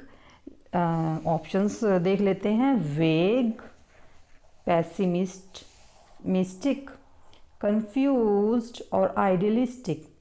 वेग होता है जो अस्पष्ट, जिसको हम डिम या धुंधला कह सकते हैं। पैसिमिस्टिक जो निराशावादी होता है। कंफ्यूज्ड जो परेशान हो। और आइडियलिस्टिक, आइडियलिस्टिक मीन्स यहाँ पर अव्यवहारिक या जिसको हम प्लेटोनिक कह सकते हैं। So here D is the right answer. Next है, they knew by his sophomoric remarks that he was still new in the field. sophomoric remarks यहाँ पर बताया गया है, they knew by his sophomoric remarks that he was still new. नेव का means होता है जैसे कोई ऑनेस्ट पर्सन होता है या जैसे अनाड़ी, कुछ इस तरह बोल सकते हैं, भोला भाला जो होता है। कैजुअल, अनपैलेटेबल, इग्नोरेंट या इमेच्योर। सो यहाँ पर उसका जो ये मीन्स बन सकता है जिसे करेक्टली मैच होता है options D. So D is the right answer.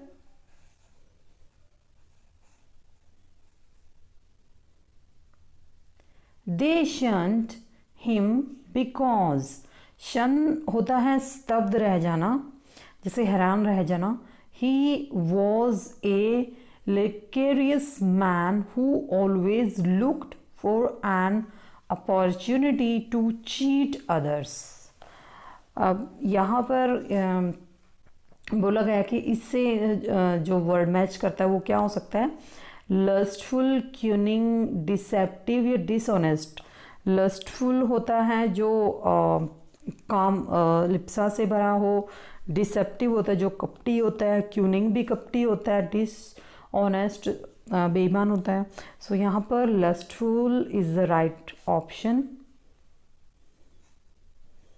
Next है, where are you going for your holidays. He said change into indirect speech। यहाँ पर indirect speech यानी नरेशन चेंज करनी है। सो यहाँ पर हम ऑप्शंस देख लेते हैं कि हमें क्या गिवन है। सबसे पहले जब भी हम नरेशन करते हैं तो हमें ये मार्क देखना होता है। यहाँ पर साइन ऑफ क्वेश्चन मार्क है जिसको हम क्वेश्चन मार्क बोलते हैं। सो इसके हिसाब से हम चेंज करते हैं। He said me, first option पहले ही गलत हो गया है क्योंकि इन्होंने इसको चेंज नहीं किया है। So this option is correct. Then we have second, he asked. बाकी तीनों में भी देख लेते हैं। ही आस्क्ड या he wanted to know. D option भी यहाँ पर कट हो गया क्योंकि ये wanted to know where. So we have left two options. He asked if, यहाँ पर इसने ऑब्जेक्ट का ओमिशन कर दिया है क्योंकि कई बार हमें नरेशंस में वो ऑब्जेक्ट गिवन नहीं होता, सो ये हमें ऑब्वियसली अंडरस्टूड होता है। He asked me where, he asked me where, R है तो ये वाज आएगा, और यू को जब हम ही में चेंज करें तो आई आ जाएगा। I was going for your को चेंज करना है दोबारा से ही में, तो ये माई हो जाएगा holidays. So C is the right answer. Next है fill in the blank with appropriate preposition. यहाँ पर अप्रोप्रिएट एक करेक्ट प्रीपोजिशन फिल करना है। There was dust dash the carpet, यानी कारपेट के नीचे बहुत सारा डस्ट पड़ा है। अंडरनीथ, टूवर्ड्स, इनसाइड या नियर। जब भी हम प्रेपोजिशन फिल करते हैं तो हमें इसके मीन्स हिंदी देख लेने चाहिए। जिसे अंडरनीथ होता है बिल्कुल जो बिलो लेवल पे, टुवर्ड्स की ओर, इनसाइड जो किसी चीज़ के अंदर होता है, या नियर पास। सो यहाँ पर इसका राइट आंसर है ए। नेक्स्ट है fill in the blank with correct preposition. Now again we have the question of preposition. I bought this pen dash 5 rupees, यानी मैंने ये पेन 5 रुपये में ख़रीदा है। in, with, from या for। सो यहाँ पर हम मीन्स देख लेते हैं। in में with के साथ, from के लिए, for यहाँ पर for का एक मीन्स बदले में भी होता है। सो यहाँ पर आएगा for, यानी C is the right option. Next है the boy stood on the table to catch the attention of the audience. The underline phrase is लड़का टेबल पर खड़ा हो गया ऑडियंस का ध्यान अपनी तरफ आकर्षित करने के लिए। तो ये कौन सा फ्रेज है? ये नाउन फ्रेज है, वर्ब फ्रेज है, एडजेक्टिव फ्रेज है या एडवर्बियल फ्रेज है। आप अब इस पूरे सेंटेंस को दोबारा पढ़िए। The boy stood on the table. तो यहाँ पर जो ये फ्रेज गिवन है ये किसको मॉडिफाई कर रहा है? ये मॉडिफाई कर रहा है नाउन को। द बॉय स्टूड, और स्टूड यानी कहाँ पर खड़ा है? टेबल पर। तो ये स्टूड को मॉडिफाई कर रहा है, तो ये एडवर्बियल फ्रेज होगा यहाँ पर। So D is the right option.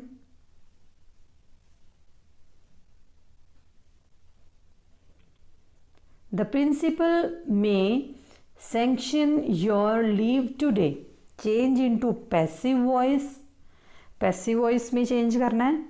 सो इसको हम यहाँ से उठाते हैं योर लीव से, क्योंकि जब भी हम वॉइस पैसिव फॉर्म में यूज़ करते हैं तो हम इसका ये ऑब्जेक्ट को ही सब्जेक्ट बनाते हैं। So your leave, the principal में भी ये रॉन्ग हो गया। योर्स टुडेज लीव, इसने ये भी रॉन्ग तरीके से उठाया क्योंकि हमें यहाँ पर सिर्फ योर लीव उठाना है। उसके बाद हमें ये जो यहाँ पर हेल्पिंग वर्ब गिवन है ये देखना है।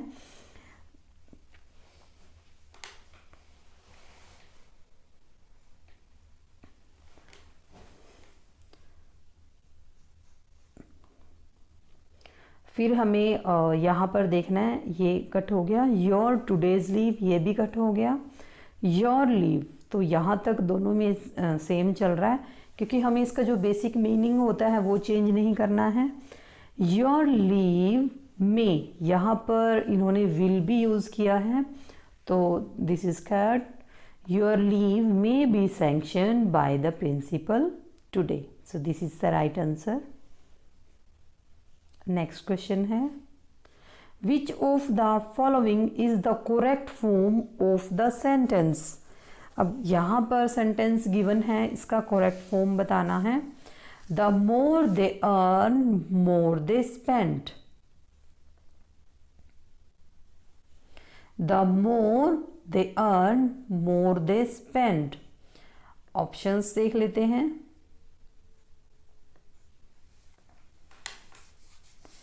The more they earn more they spend, ये तो बिल्कुल जो क्वेश्चन है वो ही सेम है। More they earn they more spend, the more they earn the more they spend, या नो इम्प्रूवमेंट। द हमारा जो क्वेश्चन था वो था the more they earn the more they earn, यहाँ तक ये दोनों ऑप्शन सेम हैं, क्योंकि मोर दे अर्न नहीं होता, द मोर जो क्वेश्चन है वो देखना होता है, तो this option is cut. More they spend तो एज इट इज़ ही उठा कर दे दिया है, क्योंकि हम ये चेंज होगा, जो द है वो दे से पहले आएगा, so the more they spend, so C here is the right answer. Next question है चूज द इनकोरेक्ट सेंटेंस। अब हमें इनकोरेक्ट सेंटेंस देखना है।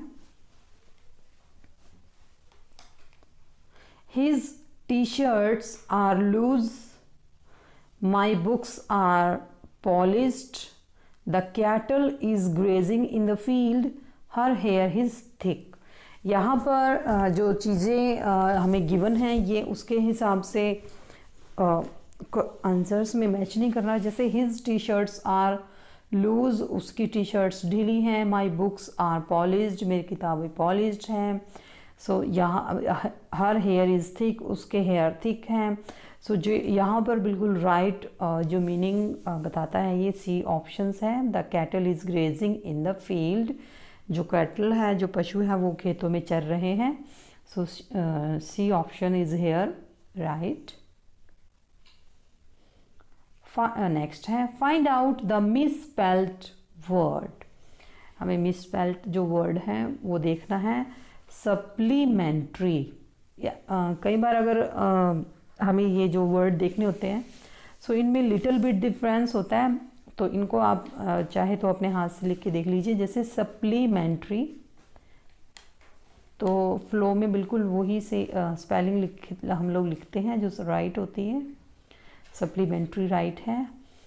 सर्फिएट SURFIET,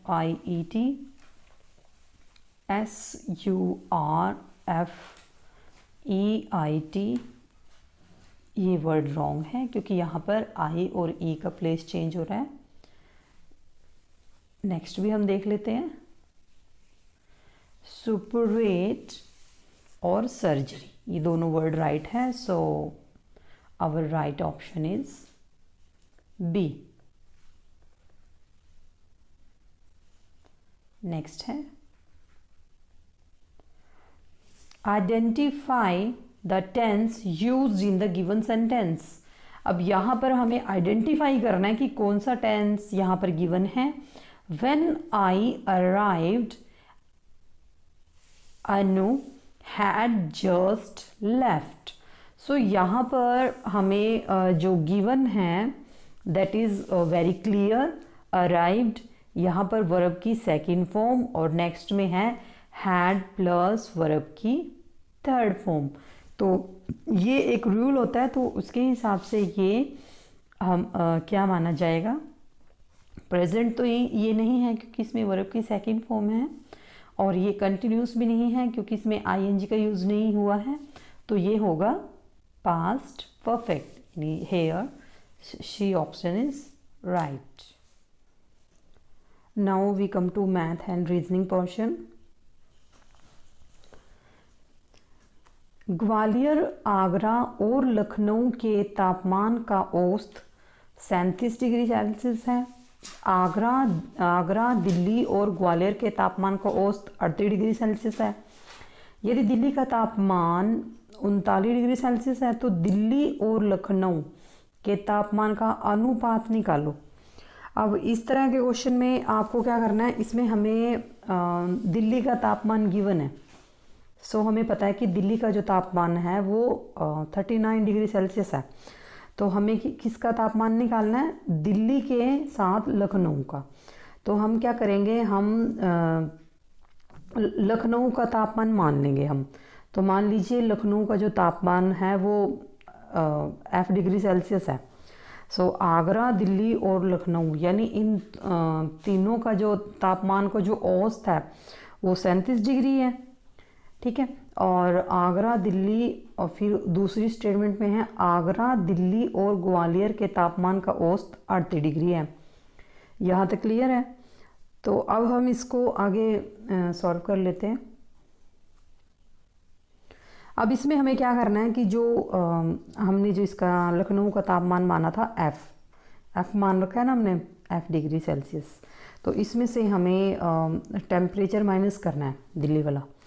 तो हम क्या करेंगे, इसका एक फार्मूला होता है F minus T is equal to N गुना एफ माइनस टी। तो यहाँ पर जो n है वो जो टोटल संख्या होती है, क्योंकि 3 शहर हैं, ये भी 3 है और ये भी 3 है, तो हम इसको फॉर्मूले में ऐसे पुट करेंगे।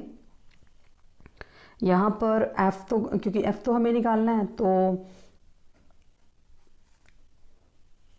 इसको ऐसे करेंगे f minus 39 is equal to 3 गुना f की जगह 37, क्योंकि ये तो हमें गिवन है यहाँ पर, माइनस ये दूसरा तापमान 38।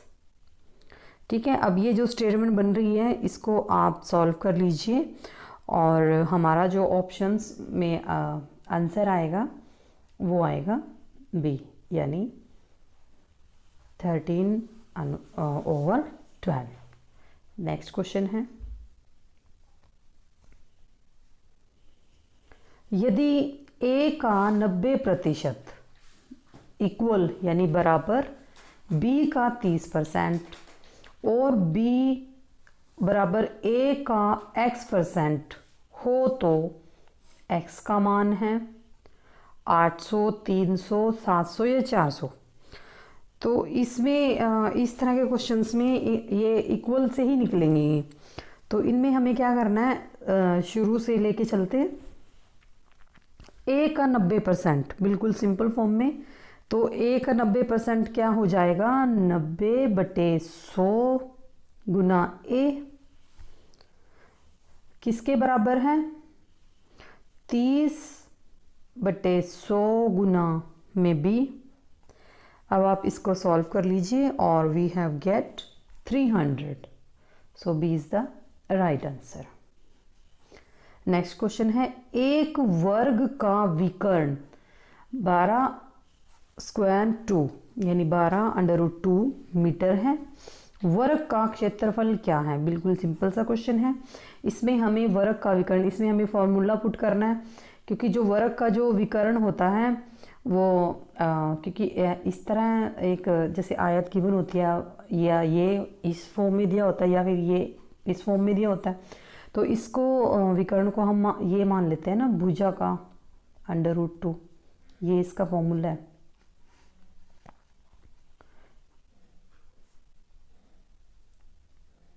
ये भुजा √2, तो फिर इसके बाद क्या हो जाएगा, भुजा बराबर में क्या हो जाएगा, विकर्ण बटे में √2। अब विकर्ण हमारे पास गिवन है, विकर्ण है 12√2 और बटे में आ जाएगा √2।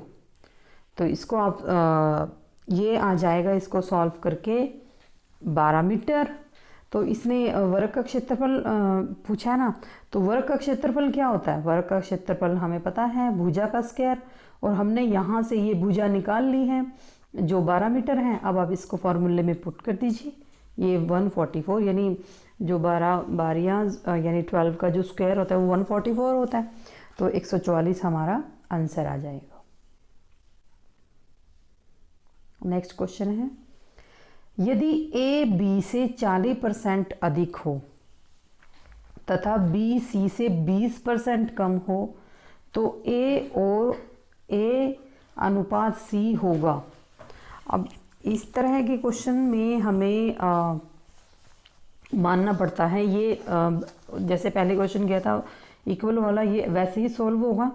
तो इसको ध्यान से पढ़िए स्टेटमेंट को, A B से 40% अधिक हो तथा B C से, तो इसका मतलब जो C का भाग है, यहाँ ध्यान से देखिए, जो C का भाग है वो हमें गिवन नहीं है, तो सी का जो भाग है वो हम मान लेते हैं। तो यहाँ पर जो बी का भाग आ जाएगा वो क्या आ जाएगा, सी का भाग हमने मान लिया है, तो बी का भाग 20% का, ना क्योंकि हम 100 में से मानते हैं ना हमेशा, तो बी का भाग आ जाएगा 80। और जो ए का भाग है, यहाँ पर ए का भाग क्या होगा, ए बी से 40% अधिक है, यानी यहाँ पर जो ये 80 गुना 140, क्योंकि 40% यानी 100 में 40 जुड़ गया, बटे 100, इसको सॉल्व करके आ जाएगा 112।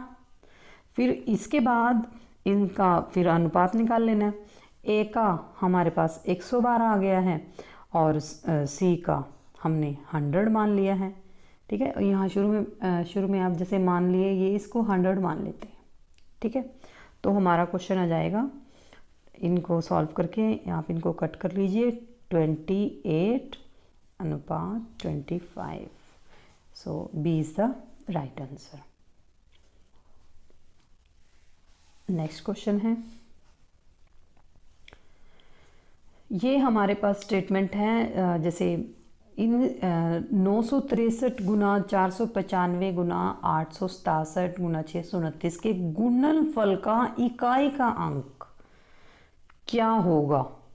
तो हमें ये देखना है कि इन जो सारे हमें जो नंबर्स गिवन हैं, इनका हमें इकाई का अंक देखना है। जैसे इसका 3 है, 5, 7 और 9, इन तीनों को क्या करना है, 3 गुना 5 गुना 7 गुना 9, ठीक है, के गुणनफल का, आगे ये भी पढ़ो ना, इन सब के गुणनफल का इकाई का अंक, तो ये किसके बराबर हो जाएंगे, 5 गुना 3, इसको ब्रैकेट में लेंगे में इकाई का अंक। ठीक है, तो फिर इसके बाद हो जाएगा 15, 5 दिए कितने होते हैं, 15 होते हैं, तो 15 में इकाई का अंक क्या बना, 5 बना। ये है ना इकाई, दहाई, इस तरह, तो इकाई का अंक हमारा क्या होगा, 15, यानी right option is D. Next question है, यदि 3 पुरुष और 4 महिलाएं एक दीवार को 43 दिन में बनाते हैं, तो 7 पुरुष और 5 महिलाओं को उसी दीवार को बनाने में कितने दिन लगेंगे। अब यहाँ पर कहा है कि 3 पुरुष किसके बराबर हैं, 4 महिलाओं के, तो 1 पुरुष किसके बराबर होगा, 4/3 महिलाओं के। ये हमें सबको पता है ना कि जब भी हम इस तरह के क्वेश्चन करते हैं, क्योंकि यहाँ पर या है, या गिवन है ना कि या तो 3 पुरुष या 4 महिलाएं, तो इसमें से हम एक पर्सन एक साइड को इक्वल कर लेते हैं।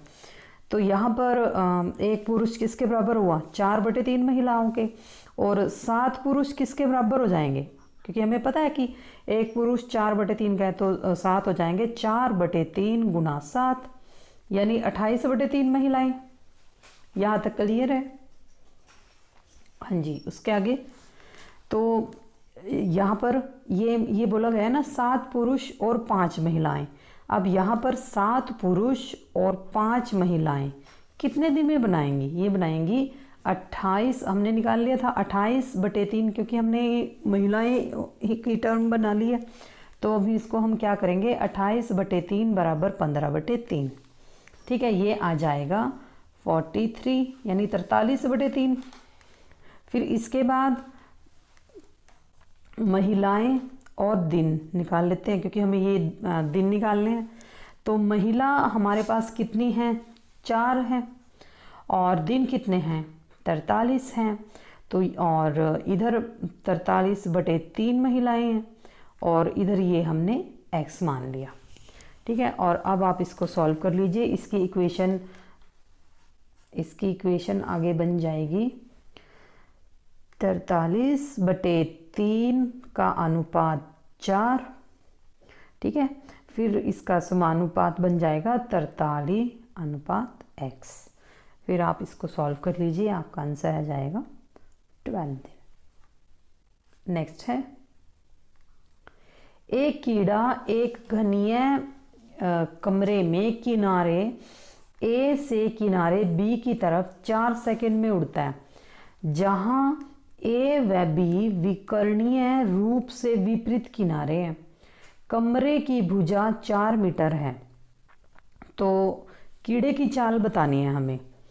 अब इसको शुरू से देख लेते हैं। एक कीड़ा घनीय कमरे के एक किनारे से दूसरे किनारे तक 4 सेकंड में उड़ता है, ठीक है। और जो हमें कमरे की जो भुजा है वो 4 मीटर गिवन है। तो अब हम इसको देख लेते हैं। तो हमें पता है कि जो इसकी भुजा है वो यहाँ पर 4 मीटर है, ठीक है। फिर जो इसका विकर्ण है, ये क्या कह रहा है कि जो कीड़ा उड़ता है एक कोने से दूसरे कोने में, तो ये बन जाएगी 4 स्क्वायर 3 मीटर, ठीक है। फिर उसके बाद हम चाल का सूत्र इसमें अप्लाई करेंगे, क्योंकि चाल क्या होती है, जो तय की गई दूरी बटे समय, क्योंकि ये दोनों ही हमारे पास गिवन है। तो दूरी कितनी तय कर रहा है वो 4 √3 बटे में 4, तो इसकी क्या हो जाएगी, दूरी कितनी हो जाएगी, ये √3। So right option is A. Next है, एक घोड़ा व एक कुत्ता प्रत्येक 12,000 में बेचे गए दोनों, और घोड़े को 20% हानि पर बेचा गया और कुत्ते को 20% लाभ पर बेचा गया। संपूर्ण सौदे के परिणाम स्वरूप हुआ।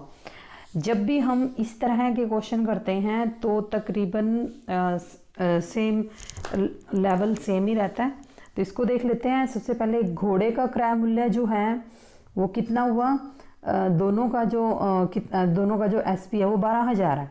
तो पहले घोड़े का देख लेते हैं। घोड़े को 20% हानि पर बेचा गया, तो घोड़े का जो कॉस्ट प्राइस है कितना बनेगा, कितना बनेगा 80 बन जाएगा ना। तो ये बन जाएगा 80, इसका 80, ये इसका, क्योंकि कॉस्ट प्राइस में हम जो एसपी होता है उसको ऊपर लेते हैं ना, तो ये बन जाएगा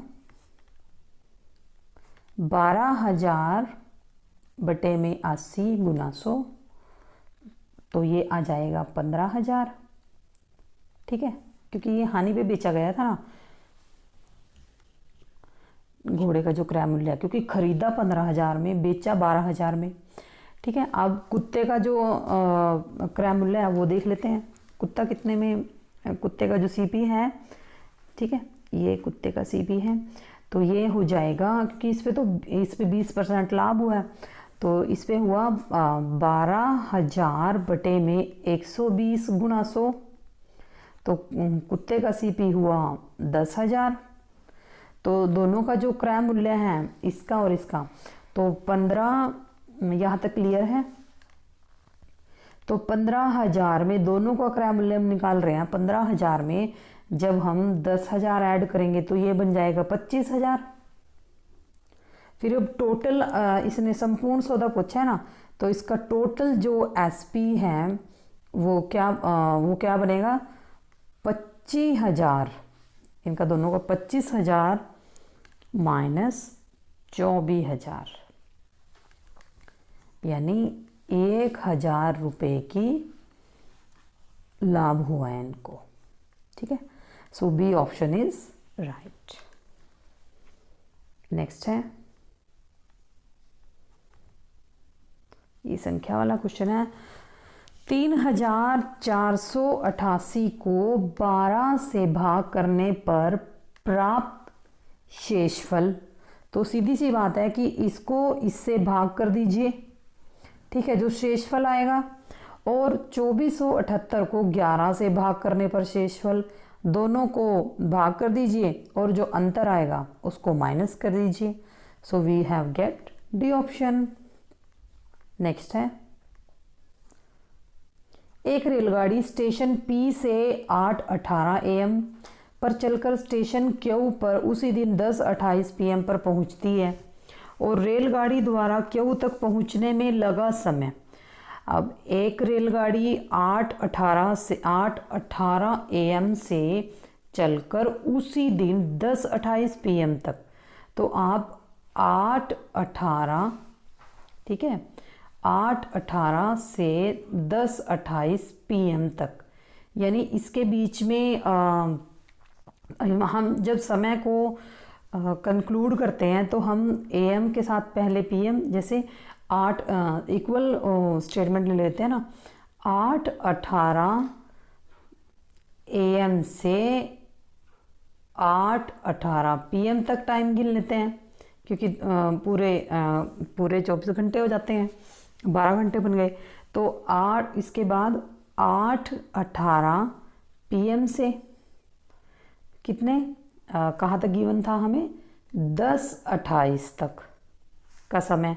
तो ये कितना हो गया टोटल, यहाँ तक शुरू में 12 घंटे हुए थे, तो 12 घंटे, फिर ये दोनों 2 घंटे और 28 मिनट भी हैं, तो ये मिनट बचे 10, तो टोटल कितने हुए, 14 घंटे और 10 मिनट। और वो किस में गिवन है, डी ऑप्शंस में। तो D is the right option. Next है, अब हम रीजनिंग पे आ जाते हैं। लिखित में से कौन सा अंकों का जोड़ा बाकी 3 जोड़ों से भिन्न है। तो इसमें देख लीजिए 47, 59, 42, 29, 57, 69 और 73, 71। तो इसमें देख लीजिए, इसमें तकरीबन हम क्या नोट करते हैं, इसमें सम विषम संख्या पे ज़्यादा दिए होते हैं ये जो अंक होते हैं। तो इसमें देख लेते हैं शुरू में ये 42, 29, इनमें एक सम संख्या है और इनमें बाकी तथा एक ये सम है, दूसरी विषम है। तो हमने भिन्न जोड़ा ढूंढना है ना, इन दोनों में भी ये विषम संख्याएं हैं, ये भी विषम है और ये भी विषम है, तो इसका जो राइट आंसर होगा वो बी होगा। नेक्स्ट है, बर्फ का संबंध जैसे ठंडे से है, इसी प्रकार पृथ्वी का संबंध किससे है। पृथ्वी का संबंध भार से, गुरुत्वाकर्षण से, जंगल से या महासागर से। अब पृथ्वी के अंदर ही जंगल होते हैं और मतलब सारे जो वर्ल्ड है, महासागर है उसके अंदर है। इसमें हमें जो बर्फ का संबंध ठंडे से, जैसे बर्फ ठंडी होती है, बर्फ का गुण है ये, तो पृथ्वी का क्या यहाँ पर एक क्वालिटी है, गुरुत्वाकर्षण है।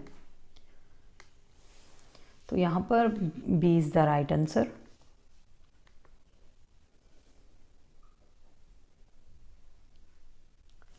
दी गई श्रृंखला में एक संख्या टर्म गलत है, नीचे दिए गए विकल्पों से गलत संख्या का पता लगाएं। अब जिस तरह ये एकदम से ये संख्या बढ़ी जा रही है, तो या तो इसमें स्क्वायर होता है या फिर क्यूब होता है। तो इसमें देख लीजिए, कई बार हमें इसको ऐड करके या इसको माइनस करके भी इसका हम आंसर पता लगा सकते हैं। जैसे 5 से 27, तो इनके बीच में किसका कितना अंतर होगा। जैसे 7 में से 5 गए, 2, 22 और इसमें फिर 27 से 5 से 27, 27 से 61, 61 से 122 और फिर 213। ये आगे इसको दोबारा देख लेते हैं। जैसे 5 और 27, सबसे पहले पहला ही अंतर हम लोग देख लेते हैं। तो 7 में से 5 गए, 2, यहाँ पर 22 बन रहा है। तो फिर 22 का इसका अंतर ये सेम नहीं आ रहा है, तो ये इनका अंतर यहाँ पर 22, 7 में से 5 गए, यहाँ 22 तो 24, यहाँ पर 24 होना चाहिए, 27 के प्लेस पर। तो अगर यहाँ पर हम 24 रख के देखने, क्योंकि कई बार हम नियर अबाउट संख्या इसमें से देख लेते हैं, तो यहाँ पर इनका जो डिफरेंस आएगा वो 18, 24, 30, 36 और 42 का आएगा। तो आप ऑप्शन में से यहाँ पर 27 जो है वो इसका राइट आंसर है। नेक्स्ट देखो, दक्षिण का संबंध उत्तर पश्चिम से है जिस प्रकार है, अब ये डायरेक्शन का क्वेश्चन है, उसी प्रकार पश्चिम का संबंध किससे है। तो आप इस ऐसे क्वेश्चंस में आप सबसे पहले सिंपल सा आप ये डायरेक्शन का चार्ट बना लीजिए। ये दक्षिण होता है, उत्तर, दक्षिण, पूर्व और पश्चिम। तो फिर इसने क्या बोला कि दक्षिण का संबंध, अब फिर हमें दूसरी ये डायरेक्शंस भी देखनी पड़ेंगी। इसने हमें बोला है उत्तर पश्चिम, यानी ये वाली। अब दक्षिण का संबंध जिस प्रकार उत्तर पूर्व से है, उत्तर पश्चिम से है, तो ये कितने नंबर आगे रोटेट कर रही है, 1, 2, 3। तो उसी प्रकार पश्चिम का संबंध किससे होगा, तो आप इसको ऐसे भी काउंट करके कर सकते हैं, 1, 2 और 3। तो इसका जो राइट आंसर बनेगा वो उत्तर पूर्व बनेगा। ठीक है, तो ये B is the right answer. Next है, यदि शनिवार से आरंभ होने वाले 30 दिन के महीने में पहले दूसरे शनिवार और सभी रविवार को अवकाश हो यानी हॉलीडे हो, तो उस महीने में कार्य दिवस कितने होंगे। अब इसको ध्यान से देखिए, ये क्या कह रहा है कि यदि शनिवार से आरंभ होने वाले 30 दिन के महीने में, कोई भी महीना है जो शनिवार से शुरू हो रहा है, अब 30 दिन के महीने में, अब 30 के आप जितने मंथ होते हैं, जैसे अप्रैल है, ठीक है, फिर जून है, इस तरह का कोई एक महीना ले लीजिए और महीने के प्रत्येक दूसरे शनिवार और रविवार को अवकाश हो। तो आप क्या करें, जो अवकाश की जो तारीख है आप वो लिख लीजिए कि इस दिन अवकाश है, इस दिन छुट्टी है। तो वो क्या बन जाएगी, इसने यही बोला है ना, प्रत्येक दूसरे शनिवार और सभी रविवार। तो आप इसमें शनिवार और रविवार काउंट कर लीजिए कि अगर 2 से शुरू है ये, तो 2 के बाद 7 दिन ऐड कर लीजिए, तो यहाँ पर 8 हो जाएगा। और फिर शनिवार के साथ रविवार भी तो करना है, 8, 9, 16, 23 और 30 कुछ इस तरह से बनेंगे हॉलीडे। ठीक है, तो कार्य दिवस कितने बन जाएंगे, 30 में से ये 6 दिन आप कट कर दीजिए, तो हमारे पास 24 बच जाएंगे। नेक्स्ट है,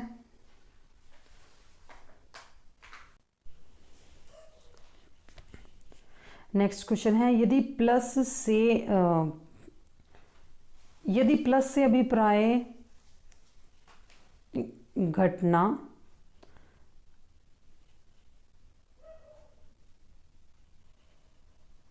यदि प्लस से अभिप्राय गुणा से अभिप्राय विभाजन और डिवाइड से अभिप्राय जोड़ना और माइनस से अभिप्राय गुणा हो, तो नीचे दी गई अभिव्यक्ति का मान क्या होगा।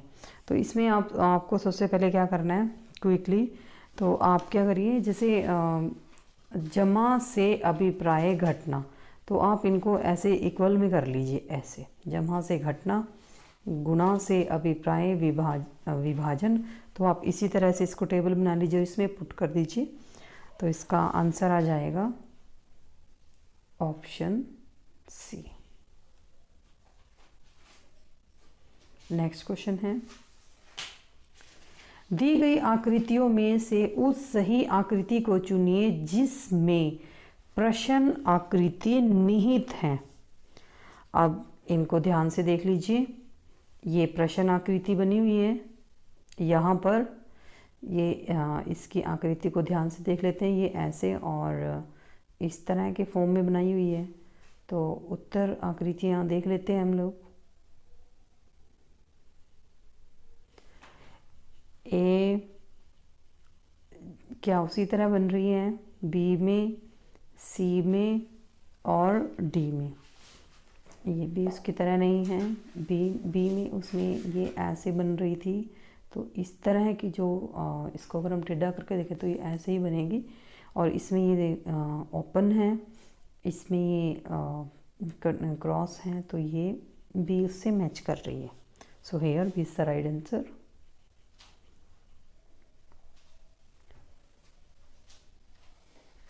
निम्नलिखित में से कौन सा एक बाकी तीन से भिन्न है? इसमें हमें भिन्न ढूंढना है, अलग ढूंढना है। तो साइकिल, स्कूटर, तांगा या कार। तो इनमें देखिए सबसे अलग कौन सा है? कार हुई ना अलग, क्योंकि कार के जो पहिए हैं वो 4 होते हैं। बाकी स्कूटर के भी 2, साइकिल के भी 2 और तांगे के भी। तो सही ऑप्शन है हमारा सी। नेक्स्ट है, सही विकल्प का चयन कीजिए जो दी गई श्रृंखला के क्रम पैटर्न को जारी रखेगा। श्रृंखला में प्रश्न चिन्ह की जगह आएगा ZS WOTKQG और 2 स्पेस खाली हैं। तो इनमें देखिए, इनमें क्या आ सकता है? Z और S। तो इसमें XYZ। तो आप इसको, एक फॉर्मूला बनता है, ट्रिक होती है इसकी इजोटाई के नाम से। तो आप इस इजोटाई के जैसे 5, 10, 15, 20 इस तरह गिवन होते हैं। अगर आप इसको क्विकली भी लिख भी सकते हैं ABCD, तो इस तरह आप इसका स्पेस देख सकते हैं। जैसे Z से पीछे वाले वर्ड कौन सा होगा? STUVWXYZ। तो ये यहाँ पर 3 नंबर पीछे जा रहा है। इसी तरह एक और देख लेते हैं, OPQRS। तो ये ऐसे जा रहा है, ये 4 नंबर। इसी तरह 1, 4 है। इसी तरह आपने आगे भी इसको देख लेना है। तो इसका जो राइट आंसर बनेगा वो बनेगा N और C, यानी A। निम्नलिखित में से कौन सा एक बाकी 3 से भिन्न है? इसमें दोबारा फिर हमें भिन्न ढूंढना है। तो हमें क्या करना है? इनके प्लेसेस देखना है। जैसे BFI के, इनके बीच का डिफरेंस देखना है, फिर इनके बीच का डिफरेंस देखना है। तो आपने सबसे पहले क्या करना है? इनको वर्ड को थोड़ा ऐसे ओपनली लिख लेना है, BFI के। फिर आप इजीली इनके बीच का डिफरेंस ट्रैक कर पाएंगे। और तो इसका राइट आंसर बनेगा D।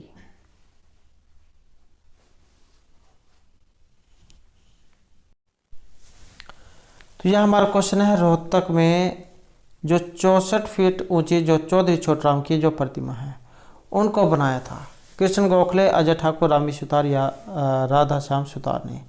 तो 64 फीट ऊंची जो चौधरी छोटराम की जो प्रतिमा थी और इसको बनाया गया था ऑप्शन सी, रामवी सुतार इनके द्वारा। ये पद्म भूषण विजेता है रामवी सुतार।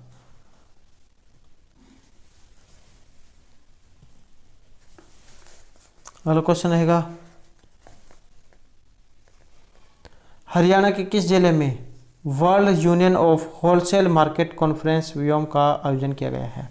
रोहतक, गुरुग्राम, करनाल या फरीदाबाद में? और यह है ऑप्शन बी, गुरुग्राम में। नेक्स्ट क्वेश्चन है, तो अब जो हम यहाँ पर हरियाणा में जो राष्ट्रमंडल जो खेल हाल ही में हुए हैं उनसे संबंधित जो महत्वपूर्ण जो क्वेश्चन है उनको अब हम इसमें करेंगे। तो पहला जो है यहाँ पर हरियाणा के जो कुल 43 जो खिलाड़ी है उन्होंने राष्ट्रमंडल जो खेल 2022 के हुए हैं इनमें भाग लिया है। और इस बार के जो भारत के कुल 210 खिलाड़ियों के दल में हरियाणा के खिलाड़ियों की हिस्सेदारी थी 20.4%। और राष्ट्रमंडल खेल 2022 में देश के 61 पदक में से हरियाणा के खिलाड़ियों के नाम 20 पदक रहे, जो कि 33% हैं। और इन 20 पदकों में से हरियाणा ने 17 पदक व्यक्तिगत रूप से जबकि 3 पदक टीम इवेंट्स में जीते हैं। और हरियाणा प्रदेश ने जो 3 पदक टीम इवेंट्स में जीते हैं वो यहाँ पर बताए गए हैं। जैसे पुरुष हॉकी के सिल्वर मेडल में हरियाणा के 2 खिलाड़ियों की भागीदारी रही है, सुरेंद्र कुमार पालड़ जो कुरुक्षेत्र से हैं और अभिषेक नयन जो सोनीपत से हैं। और उसके बाद महिला हॉकी के कांस्य पदक में हरियाणा की 9 महिला खिलाड़ियों की भागीदारी रही है, जिसमें श्वेता पूनिया, ज्योति, मोनिका मलिक और ये निशा वारसी, नेहा गोयल, उदिता, नवनीत कौर और शर्मिला और सोनिका हैं। और उसके बाद है यहाँ पर महिला क्रिकेट के सिल्वर मेडल में हरियाणा प्रदेश के रोहतक जिले की शेफाली वर्मा की भागीदारी। और उसके बाद जो यहाँ पर ये खिलाड़ी और उनसे संबंधित कुछ महत्वपूर्ण जानकारी, जैसे विनेश फोगाट जन्म कहाँ पर हुआ था? बलाली में, जो बलाली गांव चरखी दादरी में पड़ता है। खेल इनका संबंध कुश्ती से है, 53 किलोग्राम भार वर्ग में। राष्ट्रमंडल खेल 2022 में इनके द्वारा स्वर्ण पदक जीता गया था और यह राष्ट्रमंडल खेलों में लगातार 3 बार गोल्ड जीतने वाली पहली भारतीय महिला है। उसके बाद रवि दहिया, इनका जन्म जो है ये नाहरी में हुआ था, नाहरी सोनीपत में। संबंध जो है इनका कुश्ती से है, 57 किलोग्राम इनके भार वर्ग में। और राष्ट्रमंडल खेल जो 2022 के थे इसमें इन्होंने स्वर्ण पदक जीता था। उसके बाद है यहाँ पर बजरंग पूनिया, इनका जो संबंध है कुंडन गांव जज्जर से है और इनका संबंध है कुश्ती से, 65 किलोग्राम इनका भार वर्ग है। और राष्ट्रमंडल खेल जो 2022 के हुए हैं इनमें स्वर्ण पदक इनके द्वारा जीता गया है। उसके बाद आ जाते हैं यहाँ पर दीपक पूनिया, इनका जन्म ये छारा में हुआ है, जज्जर में है और खेल है कुश्ती और भार वर्ग 86 किलोग्राम भार वर्ग में। राष्ट्रमंडल खेल 2022 में इनके द्वारा भी स्वर्ण पदक जीता गया है। उसके बाद है यहाँ पर साक्षी मलिक और जन्म इनका 3 सितंबर 1992 को था, मोखरा गांव में जो रोहतक में पड़ता है। खेल जो है इनका कुश्ती है और भार वर्ग है इनका 62 किलोग्राम भार वर्ग में और इनके द्वारा भी स्वर्ण पदक जो है ये जीता गया है। उसके बाद आ जाते हैं यहाँ पर नवीन मलिक, इनका जन्म हुआ था पुगथड़ा सोनीपत में। खेल इनका कुश्ती है, भार वर्ग है इनका 74 किलोग्राम भार वर्ग और इनके द्वारा भी जो स्वर्ण पदक है ये जीता गया है। उसके बाद आ जाता है अमित पंघाल, इनका संबंध है मायना गांव रोहतक से और मुक्केबाजी और बॉक्सिंग से इनका संबंध है 51 किलोग्राम भार वर्ग में और इनके द्वारा भी राष्ट्रमंडल खेल जो है इसमें स्वर्ण पदक जीता गया है। उसके बाद आ जाता है यहाँ पर नीतू गणगस, इनका जो जन्म हुआ था ये धनाना गांव भिवानी में हुआ था। खेल जो है इनका मुक्केबाजी और बॉक्सिंग है, भार वर्ग 48 किलोग्राम। राष्ट्रमंडल खेल 2022 में जो इनके द्वारा स्वर्ण पदक जीता गया है। उसके बाद है यहाँ पर सुधीर, इनका संबंध ये लाट सोनीपत से है। खेल है इनका पैरा और पावर लिफ्टिंग। राष्ट्रमंडल खेल 2022 में इनके द्वारा भी स्वर्ण पदक जीता गया है और ये राष्ट्रमंडल खेलों की पैरा पावर लिफ्टिंग स्पर्धा में स्वर्ण पदक जीतने वाली पहली भारतीय खिलाड़ी हैं। और इन्होंने ये जो पुरुष हैवीवेट थे इसमें 212 किलोग्राम वजन उठाकर 134.5 अंक के साथ स्वर्ण पदक जीता है। उसके बाद आ जाते हैं यहाँ पर रजत पदक वाले, तो इसमें अंशु मलिक, इनका जन्म था 5 अगस्त 2001 को हुआ है, निडानी गांव जींद में। खेल जो है इनका कुश्ती है और वजन है इनका 57 किलोग्राम भार वर्ग में और इनके द्वारा जो राष्ट्रमंडल खेल हुए हैं इनमें रजत पदक जीता गया है। और ये विश्व चैंपियनशिप में सिल्वर मेडल जीतने वाली पहली भारतीय महिला पहलवान है। उसके बाद है सागर अहलावत, इनका जन्म जो है ये दांदलान गांव जज्जर में है। मुक्केबाजी और बॉक्सिंग से इनका संबंध है, भार वर्ग 92 प्लस में है और राष्ट्रमंडल खेल 2022 में इनके द्वारा रजत पदक जीता गया था। उसके बाद आ जाते हैं यहाँ पर कांस्य पदक और कांस्य पदक में है दीपक नेहरा, इनका जन्म जो है निदाना गांव रोहतक और खेल जो है इनका कुश्ती है और 57 किलोग्राम भार वर्ग में और जो राष्ट्रमंडल खेल थे 2022 के इनके द्वारा कांस्य पदक इसमें जीता गया था। उसके बाद है यहाँ पर मोहित ग्रेवाल, इनका जन्म बामला भिवानी में हुआ था। खेल इनका कुश्ती है, भार वर्ग 125 किलोग्राम भार वर्ग में। और राष्ट्रमंडल खेल जो 2022 के थे इसमें इनके द्वारा कांस्य पदक जीता गया था। उसके बाद यहाँ पर पूजा गहलोत, संबंध है इनका फरमाना गांव सोनीपत से। खेल कुश्ती है इनका 50 किलोग्राम भार वर्ग में, और इनके द्वारा क्या है कांस्य पदक जीता गया है 2022 के राष्ट्रमंडल खेलों में। उसके बाद यहाँ पर पूजा सिहाग, सिसाई गांव हिसार से इनका संबंध है। खेल कुश्ती है, भार वर्ग 76 किलोग्राम, और राष्ट्रमंडल खेल जो इनका कांस्य पदक जो है इसका रहेगा। कांस्य पदक जीता था इन्होंने राष्ट्रमंडल खेल 2022 में।